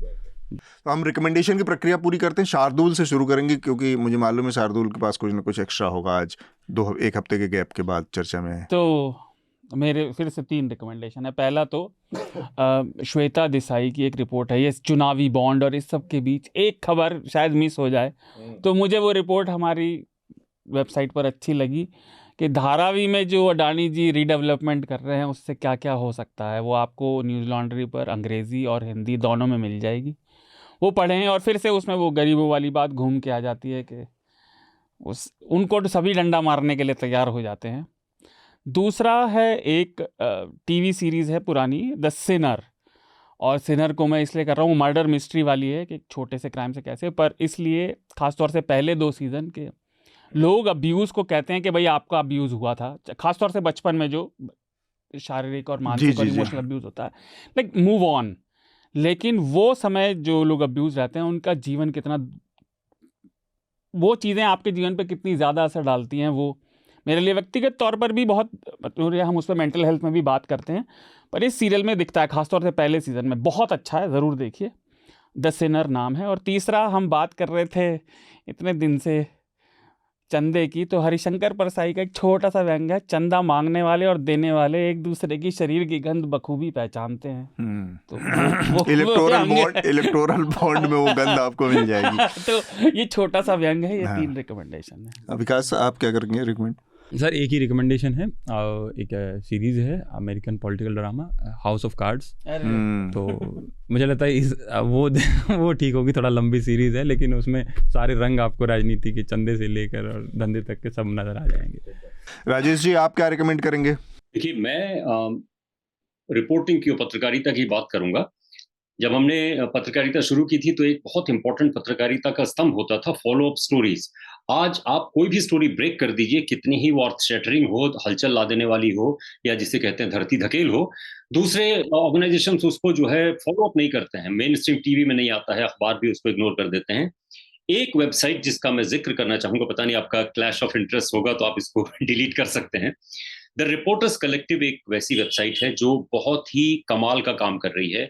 इन्वेस्टिगेटिव जर्नलिज्म, उसमें पॉलिटिकल रेटरिक नहीं होता है, सिर्फ तथ्यों के जरिए वो उन अंधेरे कोनों में रोशन करते हैं, उन अंधेरे कोनों को जो हमारा धर्म है पत्रकारिता का। जिन अंधेरे कोनों को सरकारें अंधेरा ही रहने देना चाहती हैं। जैसे कुछ वक्त पहले उन्होंने एक रिपोर्ट की थी कि जो ये मोदी सरकार 3 फार्म लॉज लाई थी, उसमें एक था कि आप एंटरप्रेन्योर या कॉर्पोरेट को ये छूट दे रहे हैं कि एग्रीकल्चर प्रोड्यूस, जो खेती का उत्पाद है, उसको स्टोर कर सकता है और जब महंगा हो तब वो बेच सकता है। ये उस कानून में था। इस द रिपोर्टर्स कलेक्टिव ने एक इन्वेस्टिगेशन किया और ये कहा कि 2 साल पहले से अडानी ग्रुप इसकी लॉबिंग कर रहा था मोदी सरकार से, और बाद में ये कानून बना। एक तो ये मुझे याद आता है। दूसरा, एक सीरीज उन्होंने जो है द रिपोर्टर्स कलेक्टिव ने ये किया है कि जो बॉन्ड्स हैं उनके जरिए Electoral किस bonds. किसने कितना पैसा भारतीय जनता पार्टी को दिया। और वो सिर्फ बीजेपी पर ही अटैक नहीं कर रहे हैं, वो ये भी कह रहे हैं कि टीएमसी और कांग्रेस ने भी उन संगठनों का या उन देनदारों का नाम नहीं बताया है, डोनर्स का, जिनसे उनको करोड़ों का चंदा मिला है, उन्होंने भी छुपाया है। तो मुझे लगता है कि अगर आप थोड़ा अंग्रेजी में है, हिंदी में मुझे नहीं मालूम कि है ये नहीं है, अगर आप अंग्रेजी पढ़ते हैं तो रिपोर्टर्स कलेक्टिव अच्छा काम कर रहा है और उसको मुझे लगता है कि फॉलो अप भी होना चाहिए उन स्टोरीज का। नहीं, बहुत बढ़िया आपने इनाम से हिंदी में भी कुछ जो उनकी विशेष इन्वेस्टिगेशंस होती हैं उसको हिंदी में भी वो ट्रांसलेट करवा कर डालते हैं। हम लोग भी उनकी स्टोरीज़ को पब्लिश करते हैं समय समय पर, उनकी इन्वेस्टिगेशंस को। नितिन सेठी एडिटर हैं इसके और बहुत बढ़िया काम कर रहा है, तो ये बढ़िया रिकमेंडेशन है। भाषा, आप टीवी में तो नहीं आता है, कहीं टेलीविजन में तो मैं उनकी हाँ, स्टोरीज वो है कि इतनी बड़ी बड़ी स्टोरीज आती हैं और फिर दम तोड़ देती हैं, किसी को फर्क नहीं पड़ता। ये केवल पत्रकारिता के ऊपर कमेंट नहीं, ये बेसिकली एज अ होल एक पूरे सोसाइटी के ऊपर कमेंट है, समाज के ऊपर भी कमेंट है कि आपके ऊपर इतनी बड़ी चीज़ें आपके सामने आती हैं और अगले दिन आप भूल के अपने रास्ते पे आगे बढ़ जाते हैं, तो आपसे भी के भी ऊपर कई सारे प्रश्न चिन्ह ये खड़ा कर देता है। भाषा, आप क्या रिकमेंड करेंगी? देखिए, मैं तो दो किताबें, एक आतंकवादी का फर्जी ठप्पा, आमिर खान की, मोहम्मद आमिर खान की किताब आई है हिंदी में। उसमें अंग्रेजी का तर्जुमा है, लेकिन हिंदी अंग्रेजी के बाद का जो पूरा डेवलपमेंट है वह भी मोहम्मद आमिर खान ने इसमें लिखा है। मोहम्मद आमिर खान दिल्ली के बाशिंदे हैं और उनको गिरफ्तार कर लिया था पुलिस ने जब वो 18 साल के थे। 14 साल जेल में रहे और उसके बाद का पूरा उन्होंने जेल के भीतर और जेल के बाहर सामाजिक पॉलिटिकल नरेशन लिखा है। बहुत मार्मिक है, हिंदी में है, बेहतरीन किताब है। और दूसरी सुधा भारद्वाज की फ्रॉम फांसी यार्ड, वो भी एक बहुत दूसरे ढंग की कहानियां हमारे पास बताती है कि किस तरह से जेल में जो लोग हैं। और एक चीज मैं और बताना चाहूंगी कि एक देजा व्यू करके डॉक्यूमेंट्री फिल्म आई है, वो भी बहुत दिलचस्प फिल्म है, उसका हिंदी तर्जुमा भी हो गया है। और ये भारत में जो किसान आंदोलन चला उसको ये अमेरिका की धरती पे ले जाती है और वह बताती है कि अमेरिका में 20-30 साल पहले किस तरह से किसानों ने यही संकट झेला था, इसी तरह से कॉर्पोरेट लूट का, और उसके बाद छोटे किसान किस तरह से तबाह और बर्बाद हो गए। तो ये एक बहुत खूबसूरती से इस फिल्म में यह बताया गया है कि आज जो भारत के किसान जिसको फाइट कर रहे हैं, लड़ाई कर रहे हैं, 3 जो कृषि काले कानून है, उनकी लड़ाई अगर अमेरिका में हुई होती तो अमेरिका के छोटे किसानों और उनका ये हाल नहीं होता। तो जो कॉर्पोरेट लूट है उसको बहुत खूबसूरती से इस फिल्म में दिखाया गया है। इसका हिंदी तर्जुमा भी हो गया है, नसीर ने अपनी आवाज दी है। तो मैं चाहूंगी कि लोगों तक पहुंचनी चाहिए बात। ठीक बात। मेरा रिकमेंडेशन एक तो इलेक्टोरल बॉन्ड के ऊपर जो हमारी सीरीज़ है न्यूज़ लॉन्ड्री, उसमें अभी भी स्टोरीज़ आ रही हैं, कौन किन खिलाड़ियों ने किस किस को पैसा दिया है, किस किस कंडीशन में पैसा दिया है, किसके जेब में 5 रुपए थे और उसने 500 रुपए का चंदा दे दिया। ये सारी चीज़ें लगातार सामने आ रही हैं। तो ये सीरीज़ इलेक्टोरल बॉन्ड पर जो न्यूज़ लॉन्ड्री के, इसको देखें। इसके अलावा एक डॉक्यूमेंट्री है नेटफ्लिक्स पर, करी and cyanide, the jolly Joseph case. एक NIT की प्रोफेसर थी जिनका अपने परिवार के ही 6-7 लोगों के मर्डर का उनके ऊपर आरोप लगा, और वो डॉक्यूमेंट्री है। और तो उसको देखें, मैंने देखा, काफ़ी मतलब अंदर से जोड़ने वाला, बड़ा रिश्तों के कई सारी परतें हैं जिसको समझने में मदद मिलती है। ये 2 रिकमेंडेशन हैं। इसके साथ ही हम आज की चर्चा को यहाँ पर रोकेंगे। राजेश, भाषा, शार्दुल, विकास, आप सब लोगों का बहुत बहुत शुक्रिया। विकास, शार्दुल को जोड़ना चाह रहे हैं? होली आ जाएगी सोमवार को, तो सभी को होली की शुभकामनाएं। बहुत बहुत शुभकामनाएं। होली जमकर मनाइए, लेकिन सुरक्षित मनाइए और मन मुटाव मिटाइए। रंग के चक्कर में भले ही आप ना पढ़े, मैं प्रदूषण के पीछे हूँ तो पढ़ता हूँ, पर मन मुटाव दूर करें, दोस्ती करें भाई। और वो जो नजीर अकबराबादी की नज्म है होली क्या पे, बात बड़ी है, हाँ, उसको जरूर सुने। देख बहारे होली की, देख बहारे वो होली गाएं की, गुनगुनाएं सुने, जब फागुन रंग झमकते हों तब देख बहारें होली की। बहारें होली की। क्या बात है। चलिए, इसी के साथ हम आज की चर्चा को रोकेंगे। धन्यवाद। आपको उन मीडिया संस्थानों को समर्थन देना होगा जो सरकारी विज्ञापनों पर निर्भर नहीं है। न्यूज लॉन्ड्री ऐसा ही मीडिया प्लेटफॉर्म है। हम किसी से विज्ञापन नहीं लेते। न्यूज लॉन्ड्री को सब्सक्राइब करने के लिए newslaundry.com/subscription पर जाएं और अपने मन मुताबिक राशि चुनें। न्यूज लॉन्ड्री को सब्सक्राइब करें और गर्व से कहें, मेरे खर्च पर आजाद हैं खबरें।